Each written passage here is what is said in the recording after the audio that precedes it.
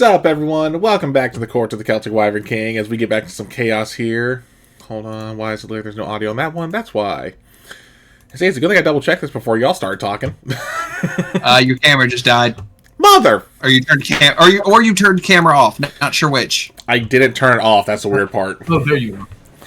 Either way, that's tech for you. Yeah. Okay. Anyway, Sub Will, aka Halfling Wizard, because I can't say hey Sub Will when I got this Will in the call. Oh, fuck. But yeah, but we're going to get into our Theros, and my camera froze with the worst face ever. Your camera just did not like you. I think it's the background. It might be the background. The background might be pulling a little too much. Maybe. I was going to blur it. Yeah, blur it might be a good choice of things. Yeah. Okay. Oh yeah. You should put that face on a T-shirt or something. No. And Will, I know you're in the chat. No. Or will yes. All right, I'm getting on it. Anyway, we're gonna go ahead and get back to our Theros 5e campaign. As you see, we finally got one of our players in here for the first time in a bit, just because they've been busy with their other campaigns. Which don't fault them. Got to make sure you finish commitments. We're gonna go ahead and go around, say who you are, who you're playing. Though, Sam, if you want, you can hold off on race and class if you want to keep that secret for the actual reveal. If you at least want to give your character's name. Absolutely. But, yeah, and then, yep, so let's go ahead there. We're going to go ahead and start with Sam, since you're the newbie in the group now.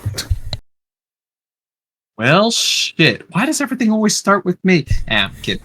What's up, y'all? I am Sam Markov & Co. on most other socials. Only other places you can find me currently is over at ADH Adventures on Tuesdays, or when it eventually kicks back off, you can find me over on Dinner and a Game, but there's some stuff currently going on that hasn't temporarily shut down. I am going to be playing Deimos, who the group will be introduced to tonight. I don't want to reveal too much, except that you guys finally have fate on your side for once. Ooh. Okay. Good to know. You can see. Kel's trying not to spoil shit. I can see he's like, Oh, fuck. I got no one's a note taker. I think you self-muted. Yeah, I did. I said, well, I mean, if y'all saw the title of the episode. I I did. didn't. I didn't. Oh, I know I did. You might want to check. Let's do a quick head count. Raise your hand if you saw the title of the video. Probably no one by the looks of it. You two don't count. Yeah. Okay. Next, we're going to go with Eeny, Meeny, Miny, Will. Go! What's up? I'm Will, also known as Monkey Boy. I am playing Creon, a barbarian, Leonin barbarian. Okay. And then next, we're going to go to, let's do Diagonal Miles. Oh yes. Hello. I am. My name is Miles, also known as Turquoise Bard. That's my Discord handle. Currently, I do not have much of a social media presence, but I am going to be playing Leandros, the human bard, who is a devotee of Ephara, the goddess of civilization and the arts. Okay. And last but not least, Jay. Hi, I'm Jay or Ducky. I am going to be playing Colette, a satyr cleric of Katramara? Karametra. Karametra, I switched vowels. Karametra, she is, so far, I'm excited. I'm excited for tonight's command session. Alright. And again, like I said, I am Kel, also known as the Celtic Wyvern King, the Chaos Coordinator, the Speaker of the Gods, whatever the hell you feel like calling me when it comes to dealing with this group. Just a little housekeeping one. If you like what you see, make sure to hit that follow button. We always appreciate a follow.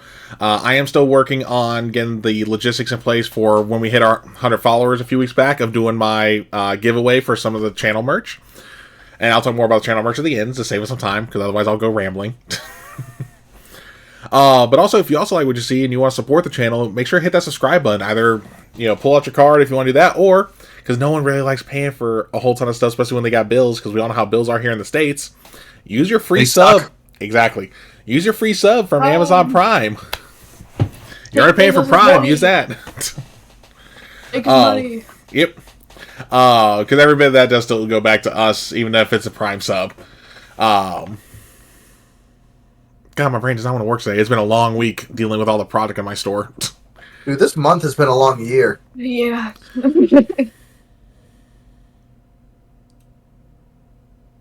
Alright.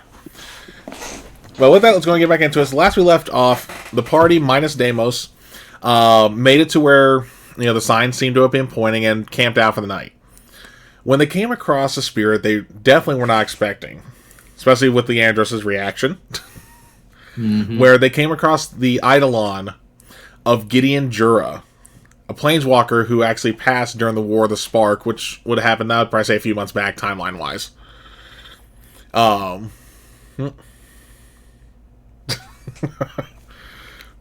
camera froze again. Mother.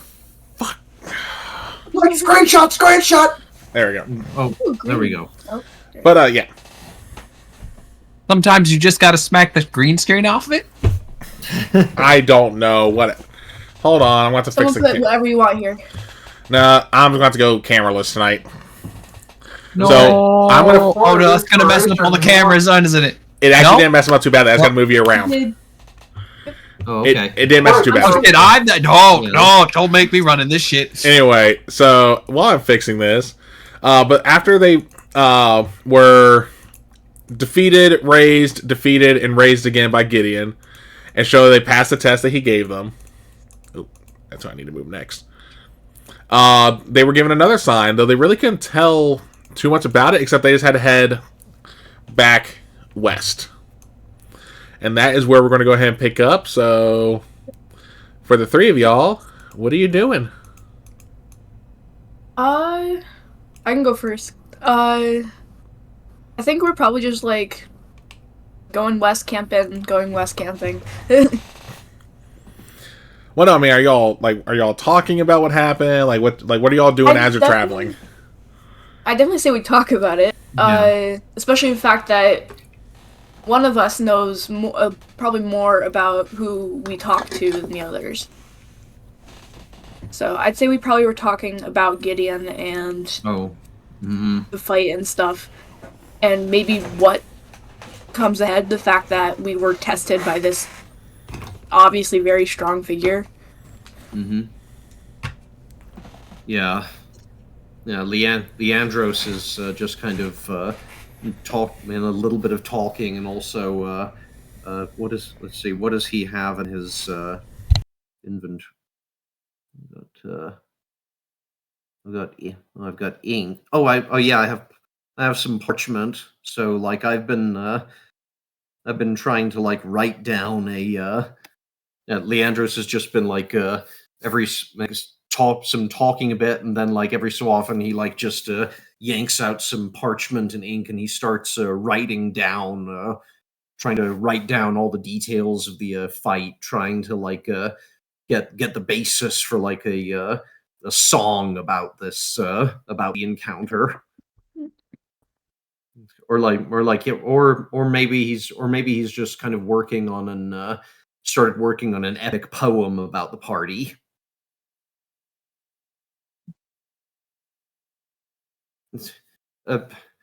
And Gideon Jura, and I'm not quite sure how to make the rhythm work on that. What do you think? Like Gideon Jura, or Gideon Jura, or Are you talking about the pronunciation of his name? Yes, like how should I pronounce it to make it flow better, I mean, it has to be something that you can, like, every good epic poem, it has to have a rhythm to it. Like perhaps a little quarter note, eighth note rhythm. Gideon Jura. That sounds like a shanty that you sing. Yes. Oh, Nice little opening. No one has ever. There have never been any poems like composed in that meter. Try something new. Yes. It could be revolutionary. You will be the first one. Yes. Oh, you're Creon, you're a genius. And Stop it. Scribbling again. Is Jack still with us? Yes, Jack the ass is still there. Yeah. Oh, Begrudgingly. Begrudgingly, he's still here. Oh yeah, he still ain't happy about being yeeted. He holds grudges. Quick, Jack, run! To quote The Hangover, but did you die? Did you die? Yeah, he's just resigned at this point. First donkey to hold grudges. Donkeys have some long fucking memories. I was gonna say, like, Alright. You think elephants are bad? Nah. Alright. No, I have quite literally seen somebody that donkey didn't like get hurt, and it immediately started braying and laughter the moment they did. Donkeys are fucking petty. I'm writing that down. Well, as you guys are traveling, it takes you about 3 days to get back to the river that you guys already crossed the first time. Not to say it's the same section of the river, but just that same river itself. But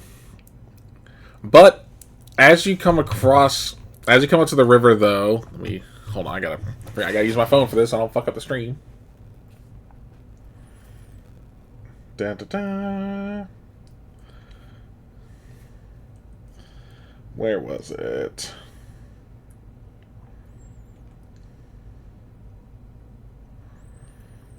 Alright.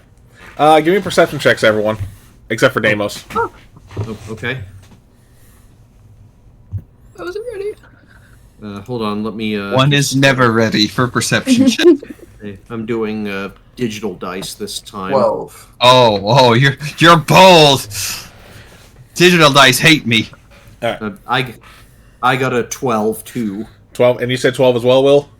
Yeah. Okay. You can't hurt yourself with digital dice, though. I'm grabbing my physical dice. I can't do digital dice. Okay. Oh, I have physical dice right here. I'm stupid. That's all good. And now you're not. Look, you can totally still hurt yourself with digital dice. It's called them fucking you over. Oh, psychic damage. Yeah, they do psychic instead of Well, I bludgeoning. technically got hit in the nuts. 17 plus 3. That's 20. Alright. Oh, Not 20. Yeah, all three of you definitely hear it. If anything, Colette was probably the first one to hear it. And actually, with the direction.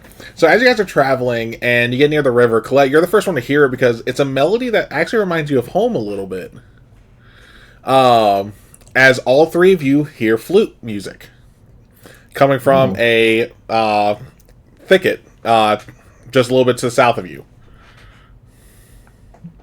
Colette's ears is just like immediately on standpoint, and she immediately faces towards like the direction she hears the flutes, and she doesn't say anything. She just starts walking. She's like, "What was that?" What? Colette? Colette, where are you going? Noise. Wait. Oh my God! Do you hear that, Creon? So, a flute? In Yeah. the She's wood. fishing for her flute into her bag. Well, I guess we go look. I mean, this could be a trap of some kind. I was thinking that too, but I've Kind of a whole without, kind of siren deal. but Colette's already like 30 Spirits feet from of- y'all. What? Colette's already at the edge of the thicket as you guys are talking. Okay. in the spirit of not letting Colette die alone, I say we go after it. And She's got her flute ready to play. and like seeing that she's got her flute, Leandros grabs his. He picks up his lyre and follows her. Alright. As you guys make your way through the thicket, again, Colette, you'll be the first one because you just did not even care. You're just like, ooh, noise. Music.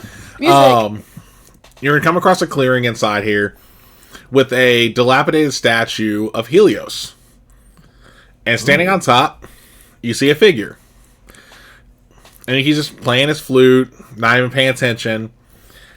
And Leandros and Creon, after a couple moments, you'll get to the same clearing and you see the exact same thing. Sam? So, sitting kind of cross-legged on top of the statue, just quote unquote heels, kind of clicking into Helios's eye sockets, is a satyr, clad in studded leather armor, a sash of red and green around their waist. You can see a shield and what looks like the handle of a blade, as well as a few javelins on his back as he plays the pan flute. Tanned skin, almost not quite dirty blonde, but almost like straw blonde hair. 2 curling horns. Red markings on like the face, skin, and fur, as well as what almost looks like a red cloth, almost like a scarf or piece of fabric that completely covers the eyes. Oh. I like that.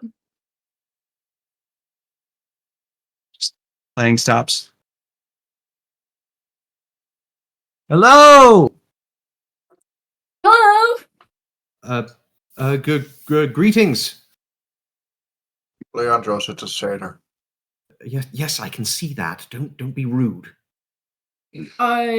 In a sign of like almost like uncontained excitement at seeing another one of her kind, she's kind of like vibrating almost from a very visible distance.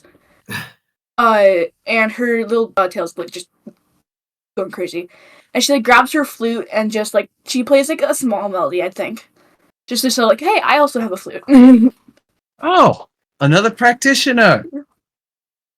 Hold on, I'll be right down. Just gotta hold on, and he'll like use his hoof and literally kick apart, breaking a part of the Helios's crown before climbing down. Ooh. That's That's gonna piss him off a little bit. Oh, no, as you break off part of the crown, this only visible to y'all, but the sun actually reddens for like a split second before going back to its natural hue. He's a little pissed off. Good. The guy's an asshole. Are you oh my goodness. Are you sure you sure you want to be saying that out loud? He did already. Well, yes, but maybe not. Maybe not near, not where. And I'm just kind of nervously glancing at the statue. Like, not where the object of your ire has such a presence. You're the only one worried about this. He's gonna pat you on the back. Oh, sure, it will be fine. If Helios wanted to kill this satyr, he'd do it right now, in front of all of us.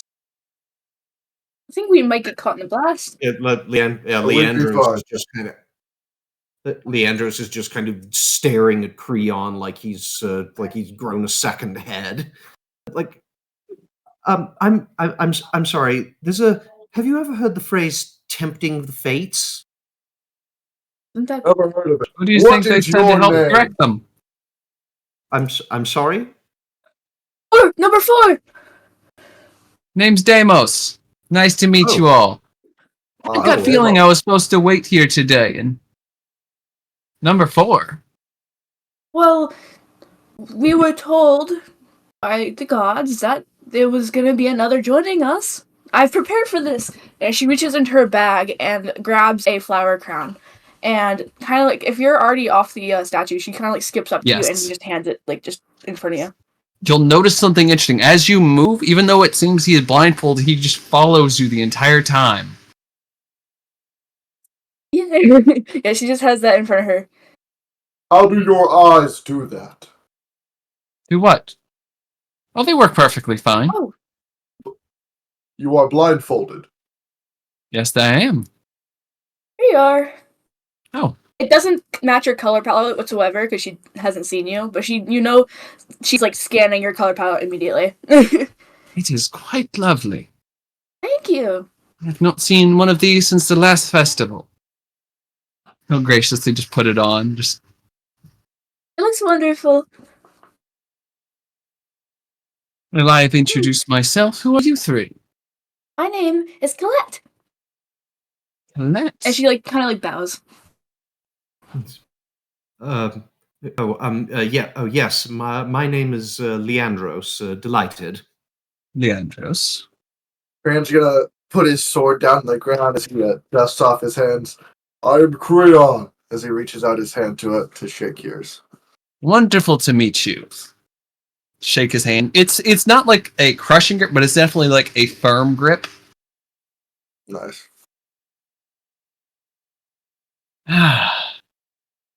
We were on the way west, told by the gods themselves. So, Gideon. But yeah. Well, yeah. Yes. We encountered you. I know this may be hard for you to believe, but we encountered like the eidolon of Gideon Jura himself. Apparently, he was called by the gods to test us. Sam, go ahead and give me a history check. History check. Okay, let's see if I have proficiency. That guy weeks ago. Is this real? You know what? Fuck it. We'll pull out the ball breakers. Okay. Oh no! Hit his balls immediately. So that is a 12 plus 0. So 12. Okay. Okay. That's fine. Even with that, you recognize the name. You don't immediately like connect the dots of the importance of the name, but you know of him. Gideon. The name rings a bell. He sounds like a prick. A prick? The name sounds like a prick. The person doesn't necessarily need to be a prick. Well, he's most certainly not. He is only like one of the most famed heroes in all of Theros. He fought and died in the War of the Spark. Was he one of his? Pointing to the statue. I don't believe. I'm a history check. Yeah, go ahead. Should we describe our characters, or do you already know what they look like? And that's a dirty 20. Oh yeah, no, he definitely was not one of Helos's like champions. He was a champion of the people. Oh yes, he was. Yeah, not a devotee of Helios, to my knowledge, as far as I remember. Oh, thank God! They're such pretentious asswads. Hey. The wind picks up, as said, by the way. Maybe not so loud, please. If it was my fate to be smited on the spot by that pretentious sunbeam, I would have been done so a while ago. I just reach out and put a hand over his mouth. Well, now hold on, Leandros. Let the man I speak. feel like if he's so determined to curse the god's name, you should let him. Well, he's free to curse the gods if he wants, just not when we're in the radius. Well, If we're so wanted by the god, if we're fated to be here, the gods won't kill us because of him. Leandros thinks for a moment. we do kind of have a hall pass.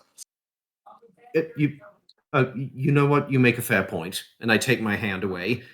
I'm so sorry. That was that was just an instinct reaction. Please forgive me. I was not. But It still, is fine. Many fear the wrath of the gods. Yes, There is just some whose wrath should be a bit more. Questioned? I was going to say revered. There's some you really don't want to piss off. Well, yes. The twins, for instance. Not recommended. who are the twins again? I think he's talking about. I think he's talking about Erois and Mogus. I say No. you can roll religion if you want. Alright. Okay. I should read on this book. I know who he's referring to. 21. 11. Claude doesn't even try. Okay. No, so when you think on that part, like, yeah, the given answer would definitely be, Mogus and Erois. But you could tell because the particular way he was referring to the twins, he was referring to one who's considered much older set. Even though they're not, like, officially twins, a lot of people view them as such because they're, I guess, their playbook, so to speak. Clothis and diametrically opposed. Yeah. Oh. Yeah, Clothis and Krufix. Oh, no, wait. There's possibly Clothis and Krufix. Correct. Oh, yes, I would definitely be careful. Yeah. So are we out of character? Are we giving descriptions of ourselves? Just Yeah. to... Yeah. Please. Yeah, I was Okay, gonna say. Okay, so Deimos, when you look at Leandros, you see a human male about 5'9", with he's kind of not not skinny, but not like muscular either, not especially muscular, like somebody who kind of keeps in. Yeah, so like just kind of like somebody who's like reasonably fit. He has like a lightly tanned skin and kind of some curly reddish brown hair on top. He's clean shaven. What color is hazel eyes, and a blue and white tunic with some kind of like some of those Greek style square patterns on it. Oh, I know exactly the ones you're talking about. Yeah, and some kind of and some like practical but good looking sandals. And he's carrying a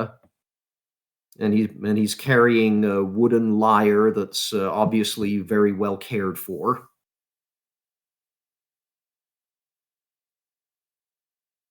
By the way you speak, your garb and instrument. Are you perhaps a bard? I am indeed. Yes, I'm one who hopes that my humble verse and song can add to the great traditions of and help be a chronicler of the history of our great land. And judging by the garb and design, I take it you hail from Miletus. Well, oh, yes, I do. It's like the great from the I'm sorry. I just need to look up where I went to again. You're good. What? I know Theros lore very, very well because it was one of the first Magic sets I ever got into. Oh, nice. Back when it released in 2017. Or no, back 2013. Yeah, okay.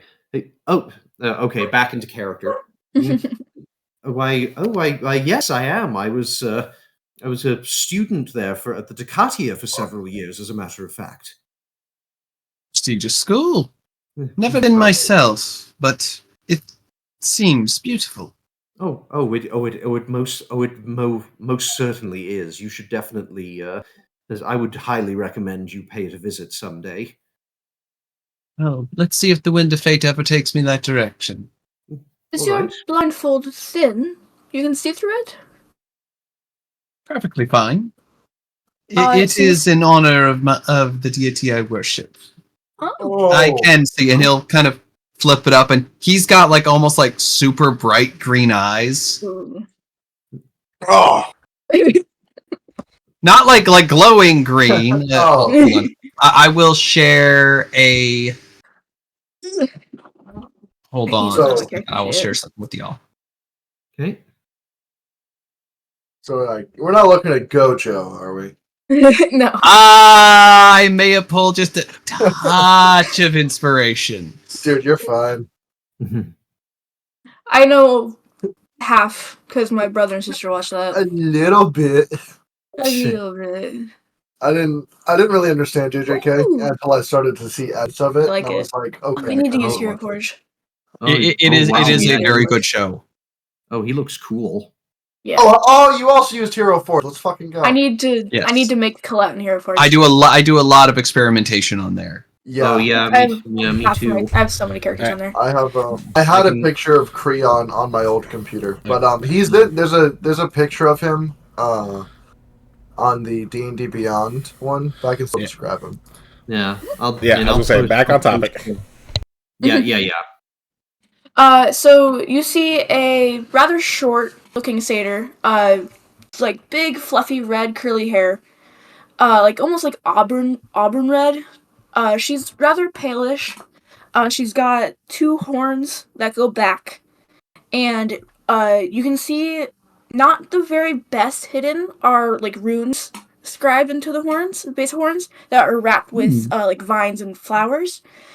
She is very lightly dressed. She has like vines and like not vines, more like just kind of like braided like grass and leaves and all that and flowers, and like a very simple cloth just around her chest and like a cloth skirt.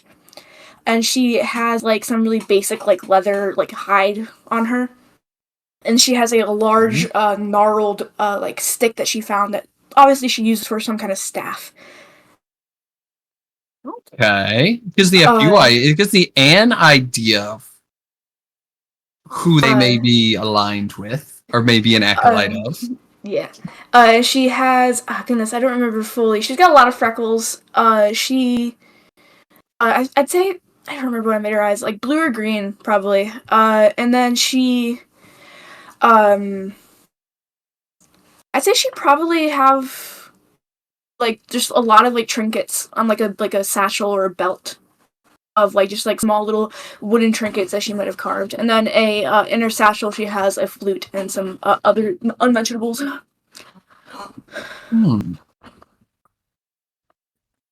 She looks pale, even though she's a satyr. I can't quite figure out where you might hail from.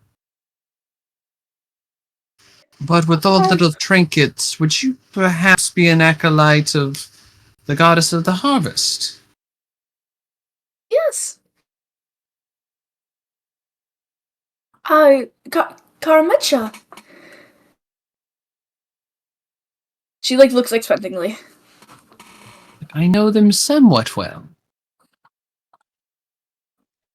Both the sowing and reaping of plants, a purveyor of cycles. Yes. I have great respect for them. Though I myself am not a follower. If and forgive me, and if I may infer, I think by your blindfold, are you a disciple of Clothis, the weaver herself? I am. I've never really, I don't believe I've ever had the chance to talk to one of you in person before. Very few have. They are very far. We are very far and few between. Yes, I'm. Yes, I'm an Ifaran myself. Giving my hoping to make my contributions to culture and learning. And what of you? Hold on. I'm a follower of Thassa. Thassa. Yes, and then as he says this, Creon is I just pulled it up. You would see a Leonin with a sort of what you can tell used to be a bright golden mane, but is very tattered and worn from many, many years of being out in the sun, sort of frizzed. In the ground in front of him is a humongous cutlass that it looks like it should be wielded 2 hands, but the handle only has enough room for 1 hand. and he has a jacket, an open jacket. It's a black captain's jacket. You can tell it's like from a ship, and on the inside has some old, worn red leather on the inside, and around his neck he has a bandana. But on his knees he has some sort of tactical pants. He has several pouches on the sides with some silver knee pads on them as well. I will admit, the Leonin I have known in my travels have never once liked the water. Well, born and raised on a pirate ship. Not a pirate ship. Fuck, I fucked up. Born and raised on a merchant ship, so it's in my blood as much as it can be. It is always good to mix things up every now and again. Yes. I also forgot to mention, on his left side, you can see sort of like a row of something bulging on his left side. Not saying it. Not saying that's a very interesting choice of words. Sam. That's why I'm not saying it. Okay, I say that because yes, I know where you're going. It's like this. It's like this big. So like, yes. Okay, it's rectangular. You're not, okay. I was like, you are not helping your costume. You're kidding. Jesus Christ. It's above. It's on the waist, like right here.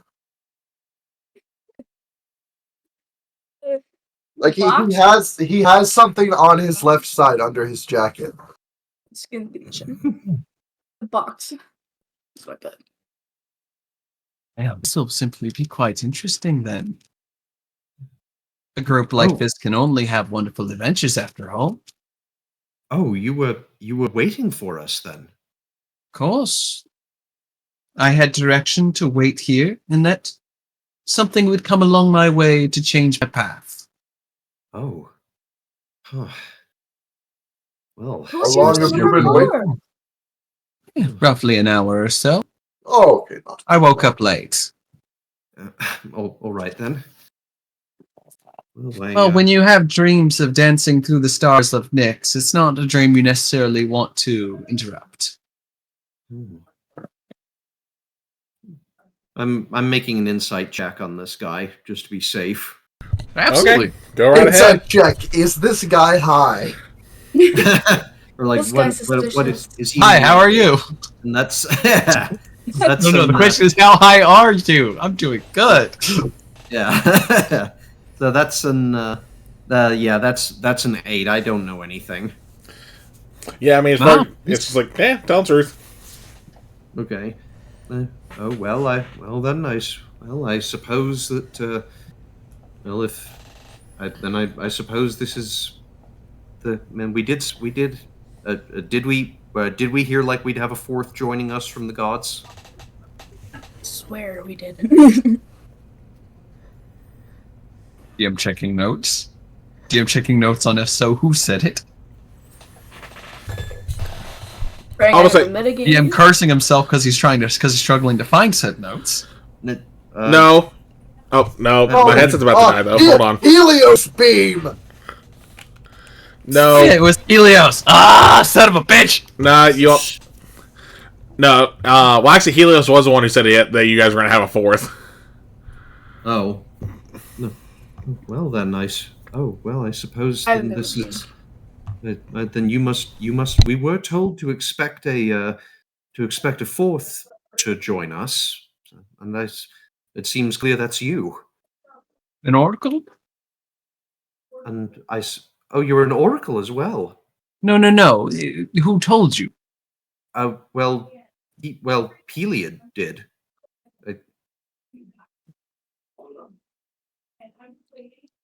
Or essentially the equivalent of. I know that. Yeah, the Shakespearean middle finger. Yes. Or the, Pulling out the Greek Malaka. No, Malaka. All right. So what are you guys doing now? Well, I suppose we and you were, and did you, and have you, were you told anything about some force that's seeking to gain control of Nyx? Something that we're apparently supposed to stop? However that happens? Well, considering all the dreams I've had about Nyx, I would not be opposed to saving it. Count me in. All right. Our paths crossed for a reason. I'm not going to question it. Yes, the gods work in mysterious ways, I suppose. Her especially. Very well, Deimos, and welcome aboard. Glad to be aboard. Not aboard a ship, though, unfortunately for you. Well, not yet, anyway. And I guess we all get back on the road. We were heading back west. Yes, towards the coast. There may be a ship in our future yet. Eh, Creon? I hope so. Well, right now you guys are at the river. Cool. Yeah, like you Mr. guys are about because you sure. Like if you guys look back at the map I posted, like you guys are a few miles south of the fork of the Spurchie River. That reminds me, Mr. Amos, have you met?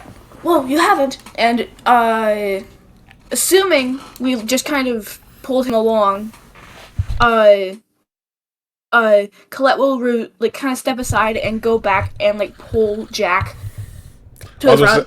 I say, did any of y'all bring Jack with you, or did Jack was left alone? Yeah, we would have. I always bring Jack with me. Okay, just double checking. Yeah. So my buddy, my good time boy.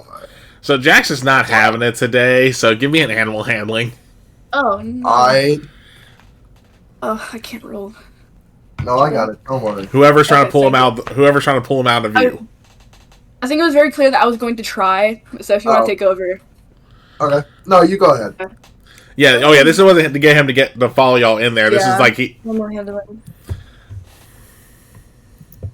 13. 13. So you look at Jack. I'm like, oh come on, buddy, come on, you gotta help me out here. We gotta meet the new person.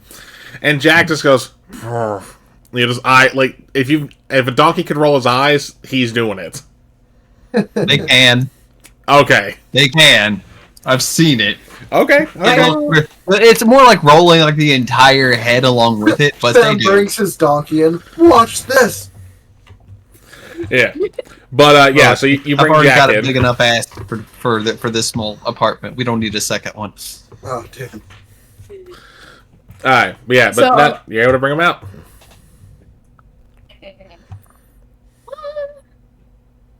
Now, who is this majestic creature? This is Jack. I don't know. A bit of an acquired taste. He grows on you. Well, you threw him. Not you. No. He's only an ass to you because you threw him. There was no other choice. Trust me. He had to be thrown. Let's not start pointing fingers out who threw who. Well, I have heard about throwing ass, but apparently it's usually only done in a circle. So she looks at you confused. Oh my god.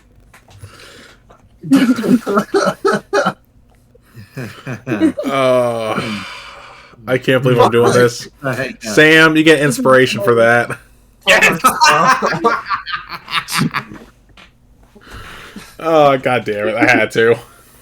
That was gold. I'm so proud of that. Amazing. In my head. Anyway. This is amazing. I can only think about throwing a donkey football style in slow motion while that song plays in the background. I don't know if I could animate. Holy shit. It's wonderful to meet you, Jack. I look forward to traveling with you in the near future. He just huffs. I understand you seem like you're having a very poor day. Let's see what we can't do to improve that. Reach into his bag and pull out an apple. Give me animal handling. I have a +3 on that. So do I. I might not need the +3. That's an 18. Yeah, So, nope. 21? Yeah, he sees the apple. It's like his eyes just go wide. Almost as if he hasn't eaten for a few days. And he just starts chomping on the apple in your hand. You can have the whole thing. It's all yours. Crazy. Has he been fed recently? Leandros, you fed him this morning, right? You're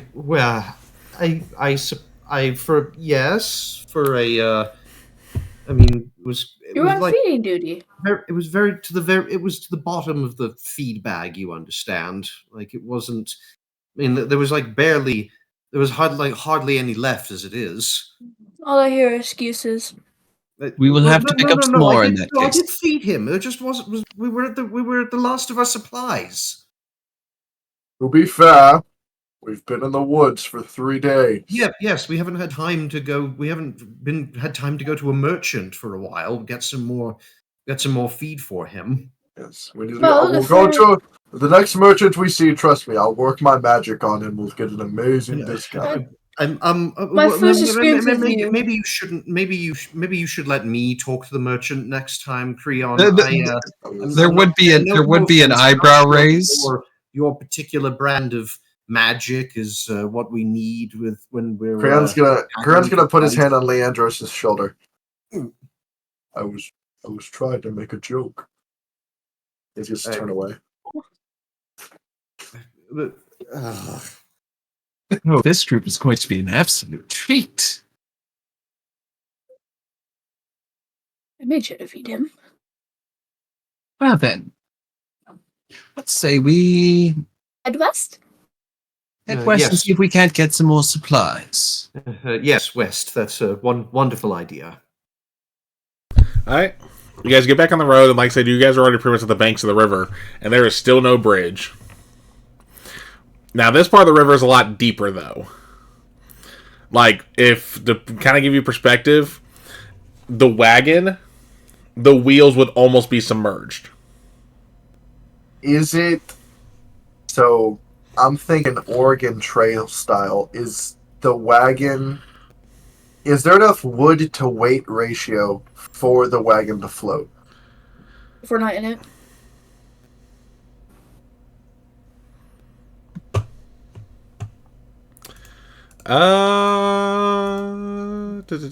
Floating's probably the last thing we want. Actually, hold on. Are there two sturdy enough trees on either side of the river? Give me a nature check. Okay. Actually, no. Survival, actually. My bad. Survival? Yeah. Which, honestly, I think that's better for you anyway, so. 17! Hey. Yeah, you find some pretty sturdy trees. Alright. Alright, so here is what we are going to do. And he's gonna draw out the little... He's gonna, ask Leandros for some pen and paper.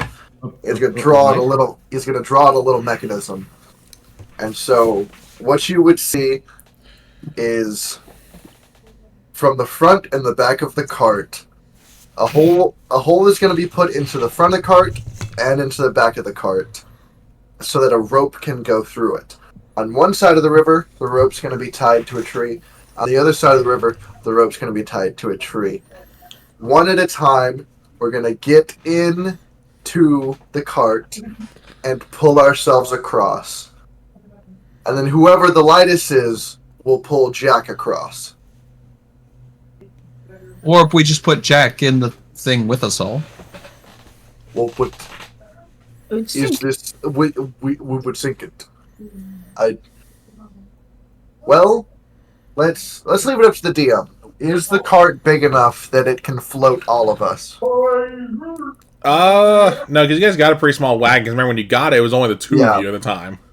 Yeah. Now, like I said, the height of the river is like if the wheels were touching the bottom of the riverbed, the wheels would mostly be submerged. The wagon itself would still be like just above the water, like the water surface. Oh, okay. But with all of us on it, we should make it across just fine. Creon's still he's gonna tie a rope over to the other end just in case we start to slip. Just in How case far we is start it? to slip. It's about 40 feet. Yeah, we need that rope. Also, you said you're going to tie it across the other tree. Well, it's never mind now. Sort of do we have anything heavy enough? Well, no, I mean you could do the whole tying on the other tree. I was curious how you're going to tie it to the other tree when you're on the other side of the river already still. Alright, Creon is going to tie the rope to his sword and like try and javelin it into a tree. Oh boy. Actually, wait, no, he's not going to do that with his sword. He's going to do that with one of the javelins he has. Yeah. Okay. I forgot I have those.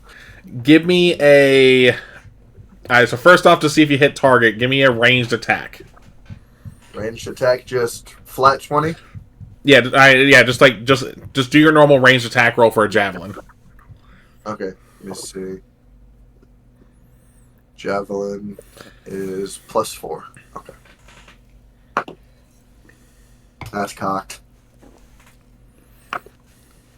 17 + 4, 21. Oh yeah, you definitely hit the tree.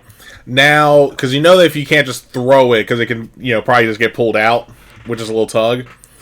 Give me a strength check on how hard you are throwing it at the tree. Yeah. Where is my strength? There's my strength. +2. 14 + 2, 16. You get a pretty good throw into it. So, you launch your javelin. It flies straight as an arrow. Hell, it probably flies better than an arrow. And you just hear a from the other side of the river, which is surprising considering how loud the water is as it's going by. Because it's not like roaring rapids, but it's still moving enough speed to at least create some good background noise, so to speak. Like you can probably fall asleep to the river sound. Creon's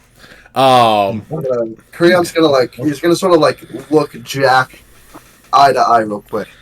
Oh, Jack, we're going to walk across this river. And when we get to town, I am going to get you the most delicious treat you have ever had. Deal? roll animal handling. Just holds out another apple. Eating plain common. Hey, can I hold out another apple to use the help action? I want to see what my... Yep, that's a dirty 20. Oh wow. Oh, dirty Your 20? dice- Yeah. I got an 18, and I was like, 18's gonna make it. Let me take my animal. Oh. Dude, me, Jack, and Rivers are... hates it. I won't. That's it. Hold up. My internet's being really wonky. Y'all just all turn to robots. Shit. Hold on. I don't like being a robot. I was that once when I worked for a coffee company. Hold up. Yeah. Starbucks? They tried. I told them to fuck off. Give me 1 second. I'm afraid.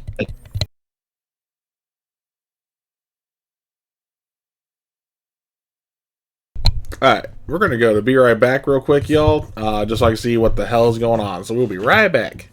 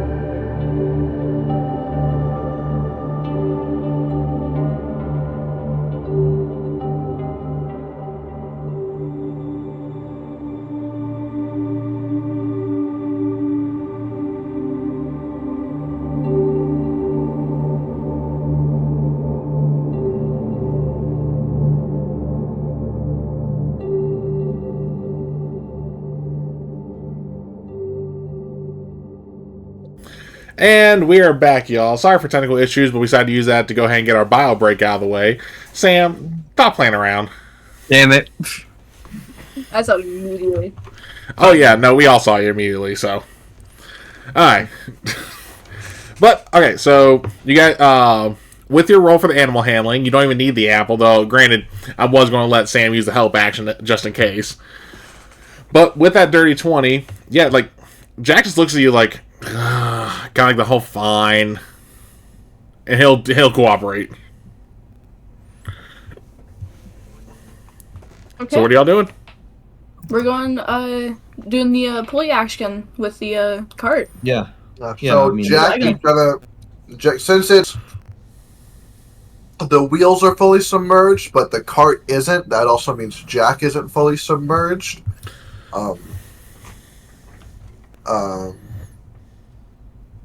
We're all gonna. Sorry, my brain stopped working for a second. We're all gonna pile into the back. Jack is gonna pull forward, and as he's pulling forward, Kriana is gonna sort of be the anchor, just in case Jack slips, but also slowly pulling as well to help Jack along. Okay. Okay. Screw it. Deimos will lend a hand as well. 2 is better than 1. Oh, yeah. Alright, so as you lend a hand, Creon is going to tie the rope. He has it tied around him with some slack behind him. He's going to also tie it around your waist as well, just a safety measure. And as he's pulling, he's going to feed you the slack that he pulls. Just try to keep it tight.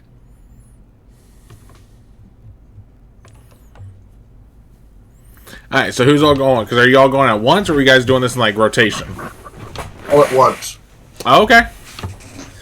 So, all aboard. Go ahead. I'm going to have you both give me separate checks for this. You can do either straight up strength or athletics. I will let you choose either. I will do athletics as my strength is a +0. I will also do athletics. Okay. Yours is probably significantly better than mine.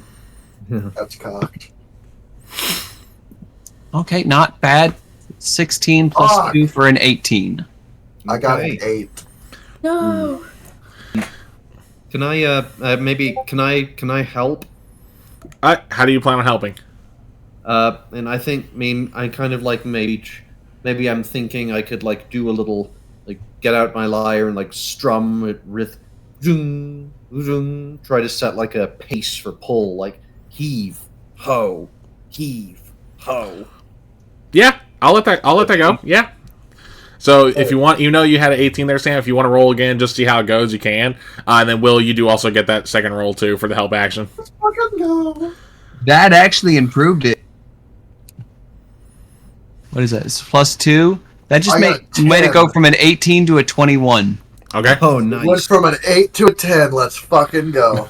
Hey. So as you guys are starting to pull and everything, like Deimos, you're having no issue just going, not even breaking a sweat. Creon, you're struggling just a hair, and it's probably because of how hard you were throwing your javelin earlier to make sure this plan could even work. That you probably threw it just a little too hard, just based on how you're struggling with the rope. Yeah. So we threw the javelin and partially his shoulders. Yeah. Okay. What the heck was this charge? Oh, my Nintendo bit. Okay. Sorry, I just got a notification from my bank about a charge that got declined. I didn't realize my Nintendo thing was due today. Oh, well. They get paid tomorrow. Okay. Anyway, Nintendo Online. I pay it from me and my siblings. So, anyway. Oh, yeah. Yeah, so you guys are about halfway across the river at this point. Go ahead and both of you give me checks with advantage still, since Leandros is still setting the rhythm. Yeah. Oh, thank God that was advantage. Creon has recovered. That is a 17 plus 4, 21. Nice. Whoa. That is nice. good. Because I got a 15 to contribute. I'm not going with the other dice because that would have been a net 1. Oh. Alright. Glad I didn't have to go with that. Was that 15 total roll or 15 on die? 15 total. Okay, either way, Okay. still good. I just want to That's clarify. still good. That's still good. Yeah, it doesn't change anything. Yeah, so Yeah. like Creon, you're seeing like this upstart of the group outpacing you. You're like, oh hell nah. Oh wait a minute. Pretty much. And you literally, like, you guys make it across the rest of the way, no problem. You do cause a bit of, some waves, and, I'm just gonna, even though you guys aren't actually physically dodging, just for shits and giggles, everyone give me a dexterity save. Oh, okay. Okay, Nutbusters. Thank you. Oh, Thank you. That's okay. ominous. The 13. Alright, Horrible number. that's fine. So I Deck got- is a +4. Dirty 20. I got a natural 20. Mm. Hell 15. yes. Got a 15. Alright, so none of y'all get hit with, like, waves of that are being rocked by the wagon as it's coming through. Oh, hydrate from Numbers. Thanks, Numbers. Thanks, I- buddy. So, Alright, so Numbers, I'm going to have to refund you the Dihydrate. I don't do Dihydrates during my D&D streams. I should probably label that one. That's on me. But I'll refund you that one. Hydrate. I take a shot. Oh, okay. Oh, goodness. Of water. Everyone water. here, Of water. everyone here who is 21, everyone, because we're all 21 and above. Let's take a shot right now. No. I don't have any right now. No, the Dihydrate's just a me thing for my No. video game streams. The joke is that 2 of us are under 21. Yeah. Oh. But also posture check. Oh, to be so young. I I know. got 5 months. Yeah. Yeah, I got shrimp posture, so. I got 5 months and a fresh liver. God, I wished mine was aged so I could actually feel tipsy at times. Me? Alright. You just gotta drink harder, drink more, drink Yeah. fast. Well, actually, That's Sam, actually, expensive. I was gonna say, Sam, I know. you're a mod. If you go in mod view, you can actually go ahead and refund him his Dihydrate. Oh, that's true. I can. Yep. Anywho, but yeah, y'all made it across the river. Like I said, with those dexterity saves, none of y'all got hit by any of the waves that kind of got brought up as you guys were just literally like yanking yourselves across. Mm-hmm.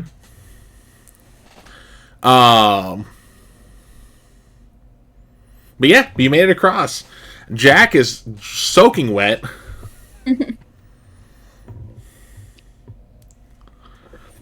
And he is not a happy camper. I'd say Colette would be like, after they breach land, she'd like take off her like hide and like kind of towel dry him the best she can, so that he doesn't get a cold. If he lets her. Yeah. Yeah, she's drying him down. Yeah, nothing wrong with that. That actually gives some points in his book right now, considering what y'all have done to him so far. Does he have any... Yes, we have a whole different piety scale specifically for Jack. Does he have any... I gotta come up with does that he now, have damn it. any... Does he have any obvious ill effects from being soaking wet? Just that he's shivering. Yeah, I'm drying him down. Creon's gonna place his hand on him and sort of do a little prayer, asking Thassa to just like warm the water up slightly, if she can. You're gonna be all warm soon, don't worry. Go ahead and roll me religion. It's right there. Right. +0. 13. Nice. 13, so you don't get too much of a sense that Thassa was listening just then, but you do see that Colette's having an easier time drying him off. Like, he's not shivering as much. He's gonna do a little... yeah. Beg my pardon. It's okay. Making sure he is warm. We don't want our... Oh boy, we I'm don't want to not... walk most Oh of boy, the I'm way. not... I'm not talking to you. You're fine. Don't worry. Okay. She'll finish drying him up, give him a head pat, and probably make her way back to the wagon. Okay. So, out of curiosity, real quick, Creon, who was that comment directed towards? I was towards Colette when she was like... she reacted to me going... beg my pardon. I was like, Okay. no, you're fine. Don't worry, I'm not talking to you.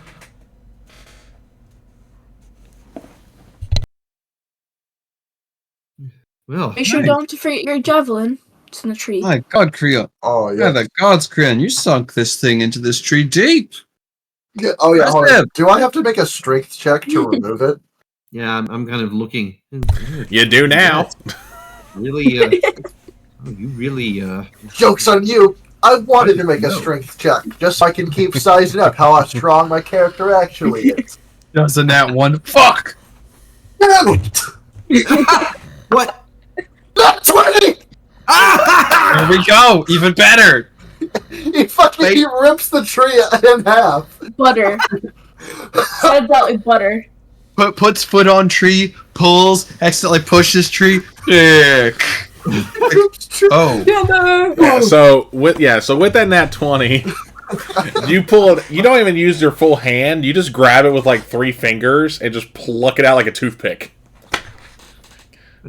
Oh my! And then the oh my tree goodness. explodes. Yeah, and then when you pull the javelin out, because you didn't even look to see how deep it went from your previous throw, you actually sunk it in a good like 4 inches. Oh, nice. shit. Dude, that's huge. Oh, yeah. I'd like tap that for syrup. For There's Oh, yeah, no. there's actually something. There's actually some sap oozing out of the hole. Yeah, that should be deep enough to tap for sap. yeah. And So, Oh. which your javelin is now sticky, by the way. Ooh. Would there be enough sap for molasses? No, not from this tree. Fine, yeah, okay. yeah. This is. Plus, also, not you a, already. I think you already got molasses, didn't you? Yeah, but I could get more. Never too much. Fair. I just wanted to double check. I don't think this is a maple tree. Yeah, there's that Probably too. not. No, this is the olive tree. Oh Is shit! that Hold on, wait. flammable? Yeah. Did you say it's okay? Hold on. Is it sugary sap? I just looked it up. Would you say this sap has sugar in it? Hold on. Now I gotta research. I'm trying to get some Flammable stuff sap. to sell. I'm wondering if the sap is flammable and you can light the end of your javelin on fire. But yeah, while you're looking up, Crayon's gonna go over to Colette. Colette, do you have any extra bottles? Yes, I always have. Okay. Right here, she just pulls out like a wooden flask that seems say, to be old. I looked it up. Olive tree sap does contain sugar. Let's go. Because you don't need molasses for them, you just need sugary syrup. Is one I'm of the scared. 3 ingredients. I would say honey, but that makes something entirely different. Right. Yeah, no. But he's gonna once he gets the thing from Colette. Do you have a sap tap? Rita, can I roll to see if I have a sap tap? I think she would for living in the woods for a year. Well, even if you don't, there's Yeah. another druid, another satyr. Yeah, that's fair. I would probably say no. You don't have a sap tap. He's gonna walk over to Deimos. Deimos, do you have any extra bottles or a sap tap? I don't have something specifically made for tapping sap. However, If not, do you have a small knife on you?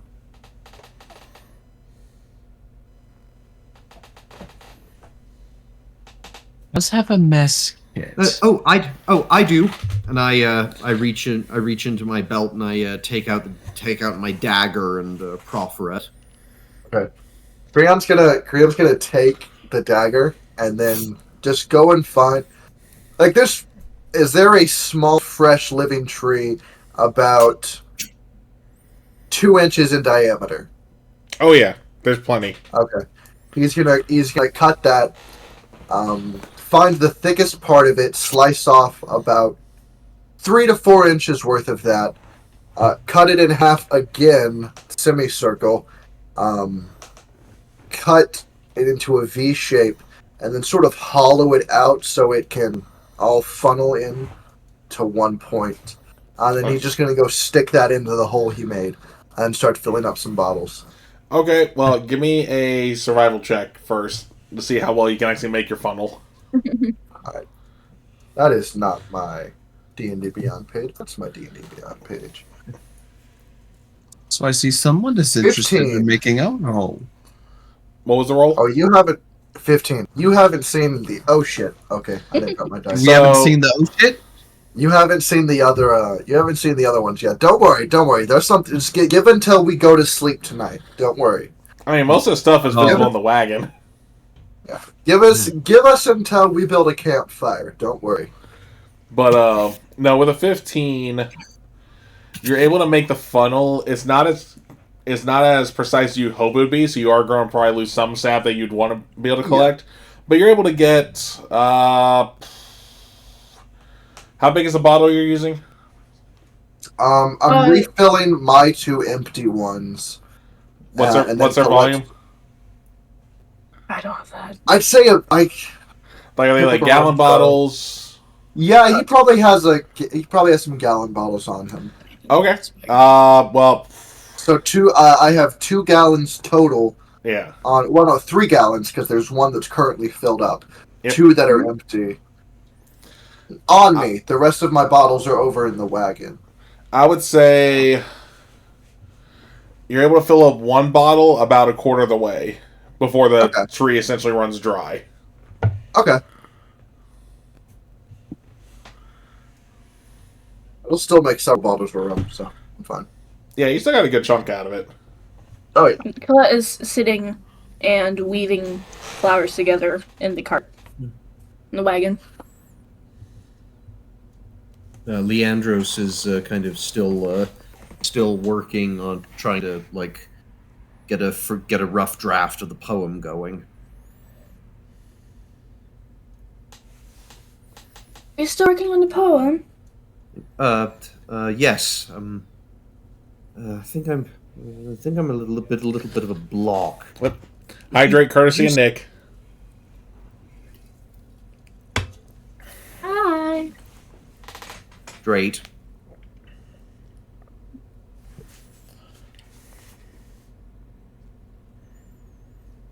But, I'm a little bit of. I don't know. Would you call that when we were in when we were in Setessa? Do you think it would? What sounds better? Like sun-kissed Setessa or leaf-dappled Setessa? I like sun-kissed. Sun, yes, I suppose there's like no, the sun's the one kissing it. Do the letter. Don't give him any credit. Oh, I forgot. Well, yes. Oh, although I mean, the other one I like as well. All right. Leaf kissed maybe. There's you have to think about like the rhythm. Leaf dun dun dun dun dun dun dun dun dun dun dun. We're continuing with the shanty theme that Creon gave us. Yes. What about canopy graced? I like that. No. Yeah. No. It's a good idea, but too many syllables. I don't. It's not. Doesn't quite scan. Leaf graced. Leaf. Green graced. Green graced. Yes, that's something. That's something. I can definitely get behind that. Do you know the phenomenon when the sun, the effect of light when it passes through the leaves? Yes, I do. Maybe you can go on something like that later in the poem. Maybe, yes. I'll take that under advisement. This is still just a. And this obviously I'll just need a little bit of refining once I've made a full record of our journey. How long do you think Creon is gonna be? I ran out of pink flowers. I don't know. And maybe She'll hop out of the wagon and just search for pink flowers around it. and then I look over to Demos and I say, if he fair warning, if he offers you any rum, do not accept. You're just a wimp. I've always been one to accept a revelrous occasion. I think this one might be a bit too much revelry for you, my good friend. If he's a true satyr, like Rion said, maybe he should like it. Well, it means, not all of us can, not all of us have a tolerance for sailors liquor. By all of us, you mean you? Well, oof. I don't think I wasn't attempting to speak. I said not all of us. I wasn't trying to speak for you. I drink more than you did. Satyrs are known for rambunctious rouses. Yeah, well, that's what I've. Well, yes, I know that, but have you ever been to one? No, I haven't. I've read a little bit about them, but then of course, there's all the. I don't know. You do hear stories, people going missing, kind of thing. Oh no, they don't go missing. They just get drunk and wander off a little bit far from the party. They're found afterwards. It's fine. No, all right. Maybe I suppose someday. Maybe not like a full on. Maybe I don't have to go on to a full on revel the first time I finally. No. Yes, more of like a little more of a reserved wine tasting. Oh, we don't do that. She snorts and hops back into the wagon. Although, I do very much value. I do have a lot of respect for the satiric musical traditions. Yes, that was the main reason I was hoping to travel to their to travel and learn from them someday and perfect my craft. You'll have to bring me to one of these revelries. I've heard a lot about them. Oh, they are so much fun. Though it is entirely normal to wake up covered in flowers, bit of a headache, surrounded by people having zero idea how you got there. I suppose apart from the headache, that doesn't sound so terribly bad. Sometimes the headache is less from the alcohol and more from the occasional, hey, let's butt heads. Yes. I used to do that. We get drunk, we get excited, we greet each other with headbutt. It's good fun. Still gives you a headache, though.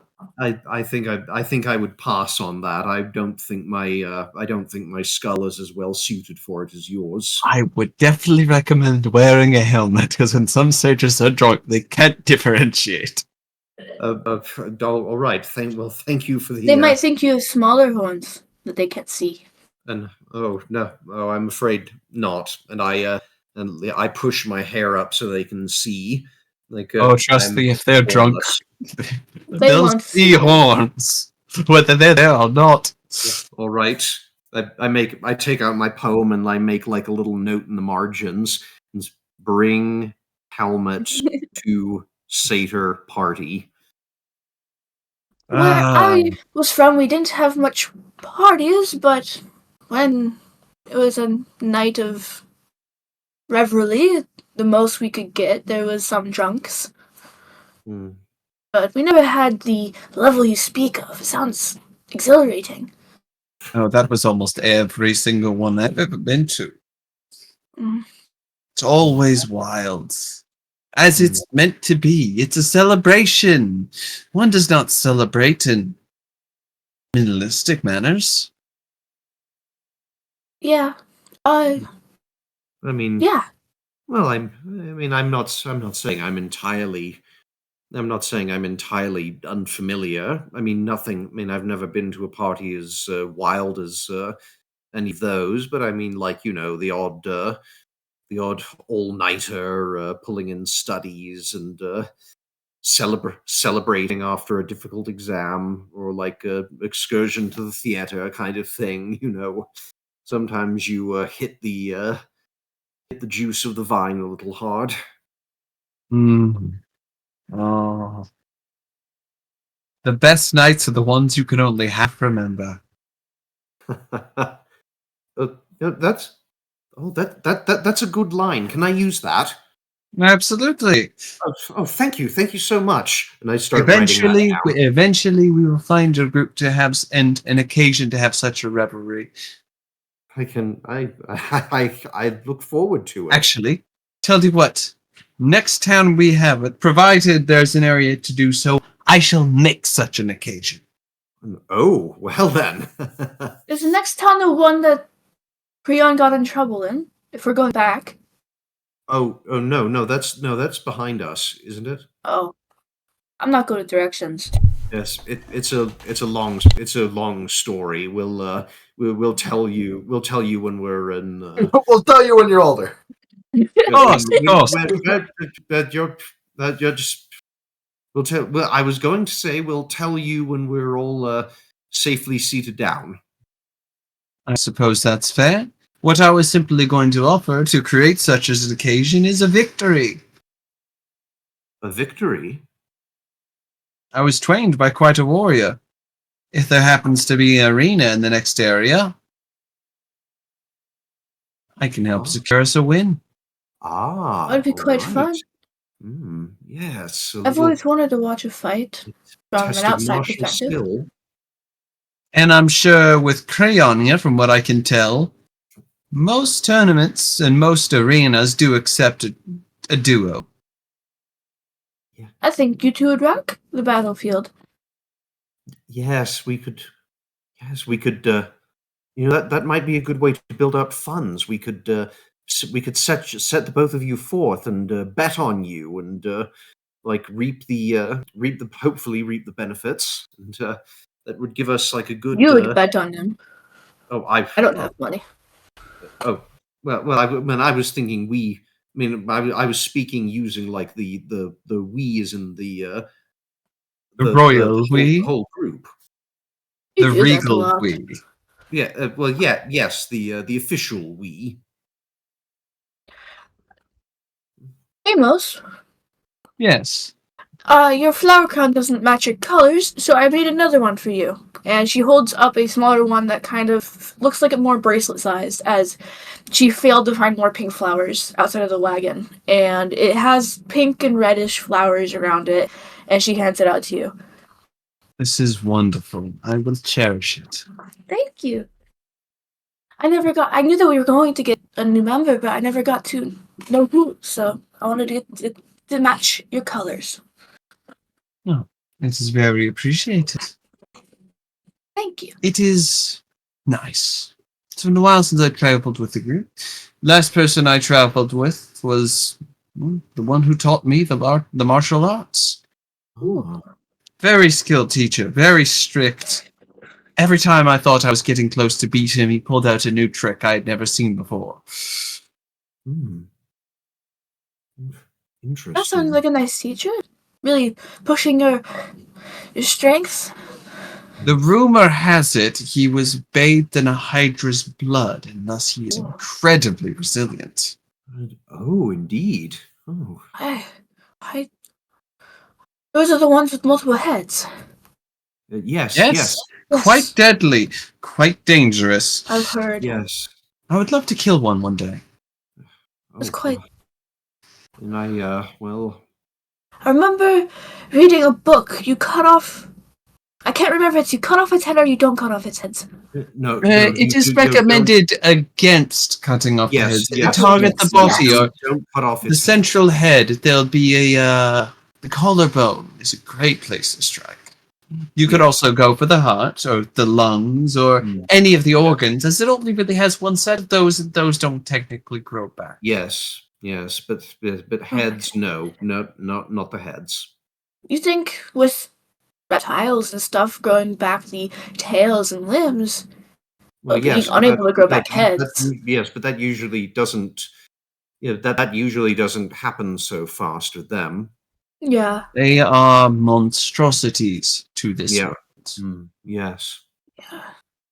I've read few books on monsters and gods. Oh, not really gods, but God. But the monsters and the fairy tales, they interest me when I was younger. Fairy tales more specifically, but yes, I've heard a couple monster tales, the Hydra. I know of one, the one with the giant horns, the bull. The name escapes me. The Minotaurs. No, Yes, no, that's what it is. The Minotaurs, the children of Mogus are dangerous. Yes. Do not get me wrong, but so long as you stay away from the mountains, you should not encounter many of them. There are some who Yes, travel otherwise, but not all of there's- them are necessarily as bad as he. No. The Like story there, is and saying. there are Minotaurs tend to be like divided. Like an individual Minotaur is no more likely to worship a particular way than any one of us. It mainly depends on where they were born, what their upbringing was, what choices to make. You mentioned a monster earlier that I recognized. The siren. The ones that sing you to your death. Yes, those. I was. Oh, such lovely songs, if only they weren't such ravenous beasts. I'd love to sing with them. Away from a distance. I would not recommend you it. don't want to. Hmm. You sound Though I have heard rumor, if you sing so excruciatingly bad, it can not only drown them out, but make them go away. Oh. Wow. I have yet to hear of anyone successfully doing so, however. Well, you seem as if you're rather well traveled, Demos, to have. I do my best to be. Stories. In the best way possible, I envy you. I wish to be that well traveled. I have spent a good majority of both my childhood and my adult life traveling, seeking adventure and going wherever the wind carries me. And where are you from originally? Small nomadic tribe. We had no real home. We simply traveled. Saw many places, but never stayed long enough in one to call it home. Unfortunately, we were all called in different directions eventually. I have not seen many of them, except for one, and he was the one who trained me. I believe he's currently training in an arena at the moment. Training gladiators and other warriors. Maybe we'll run into him in our fated adventure. If we do, I welcome you all to give it your best shot. You will wipe the floor with all of you, and I will sit there laughing. Oh, we were wiped quite a lot a couple days ago, so... Yes. How is that, Creon, are you doing all right over there?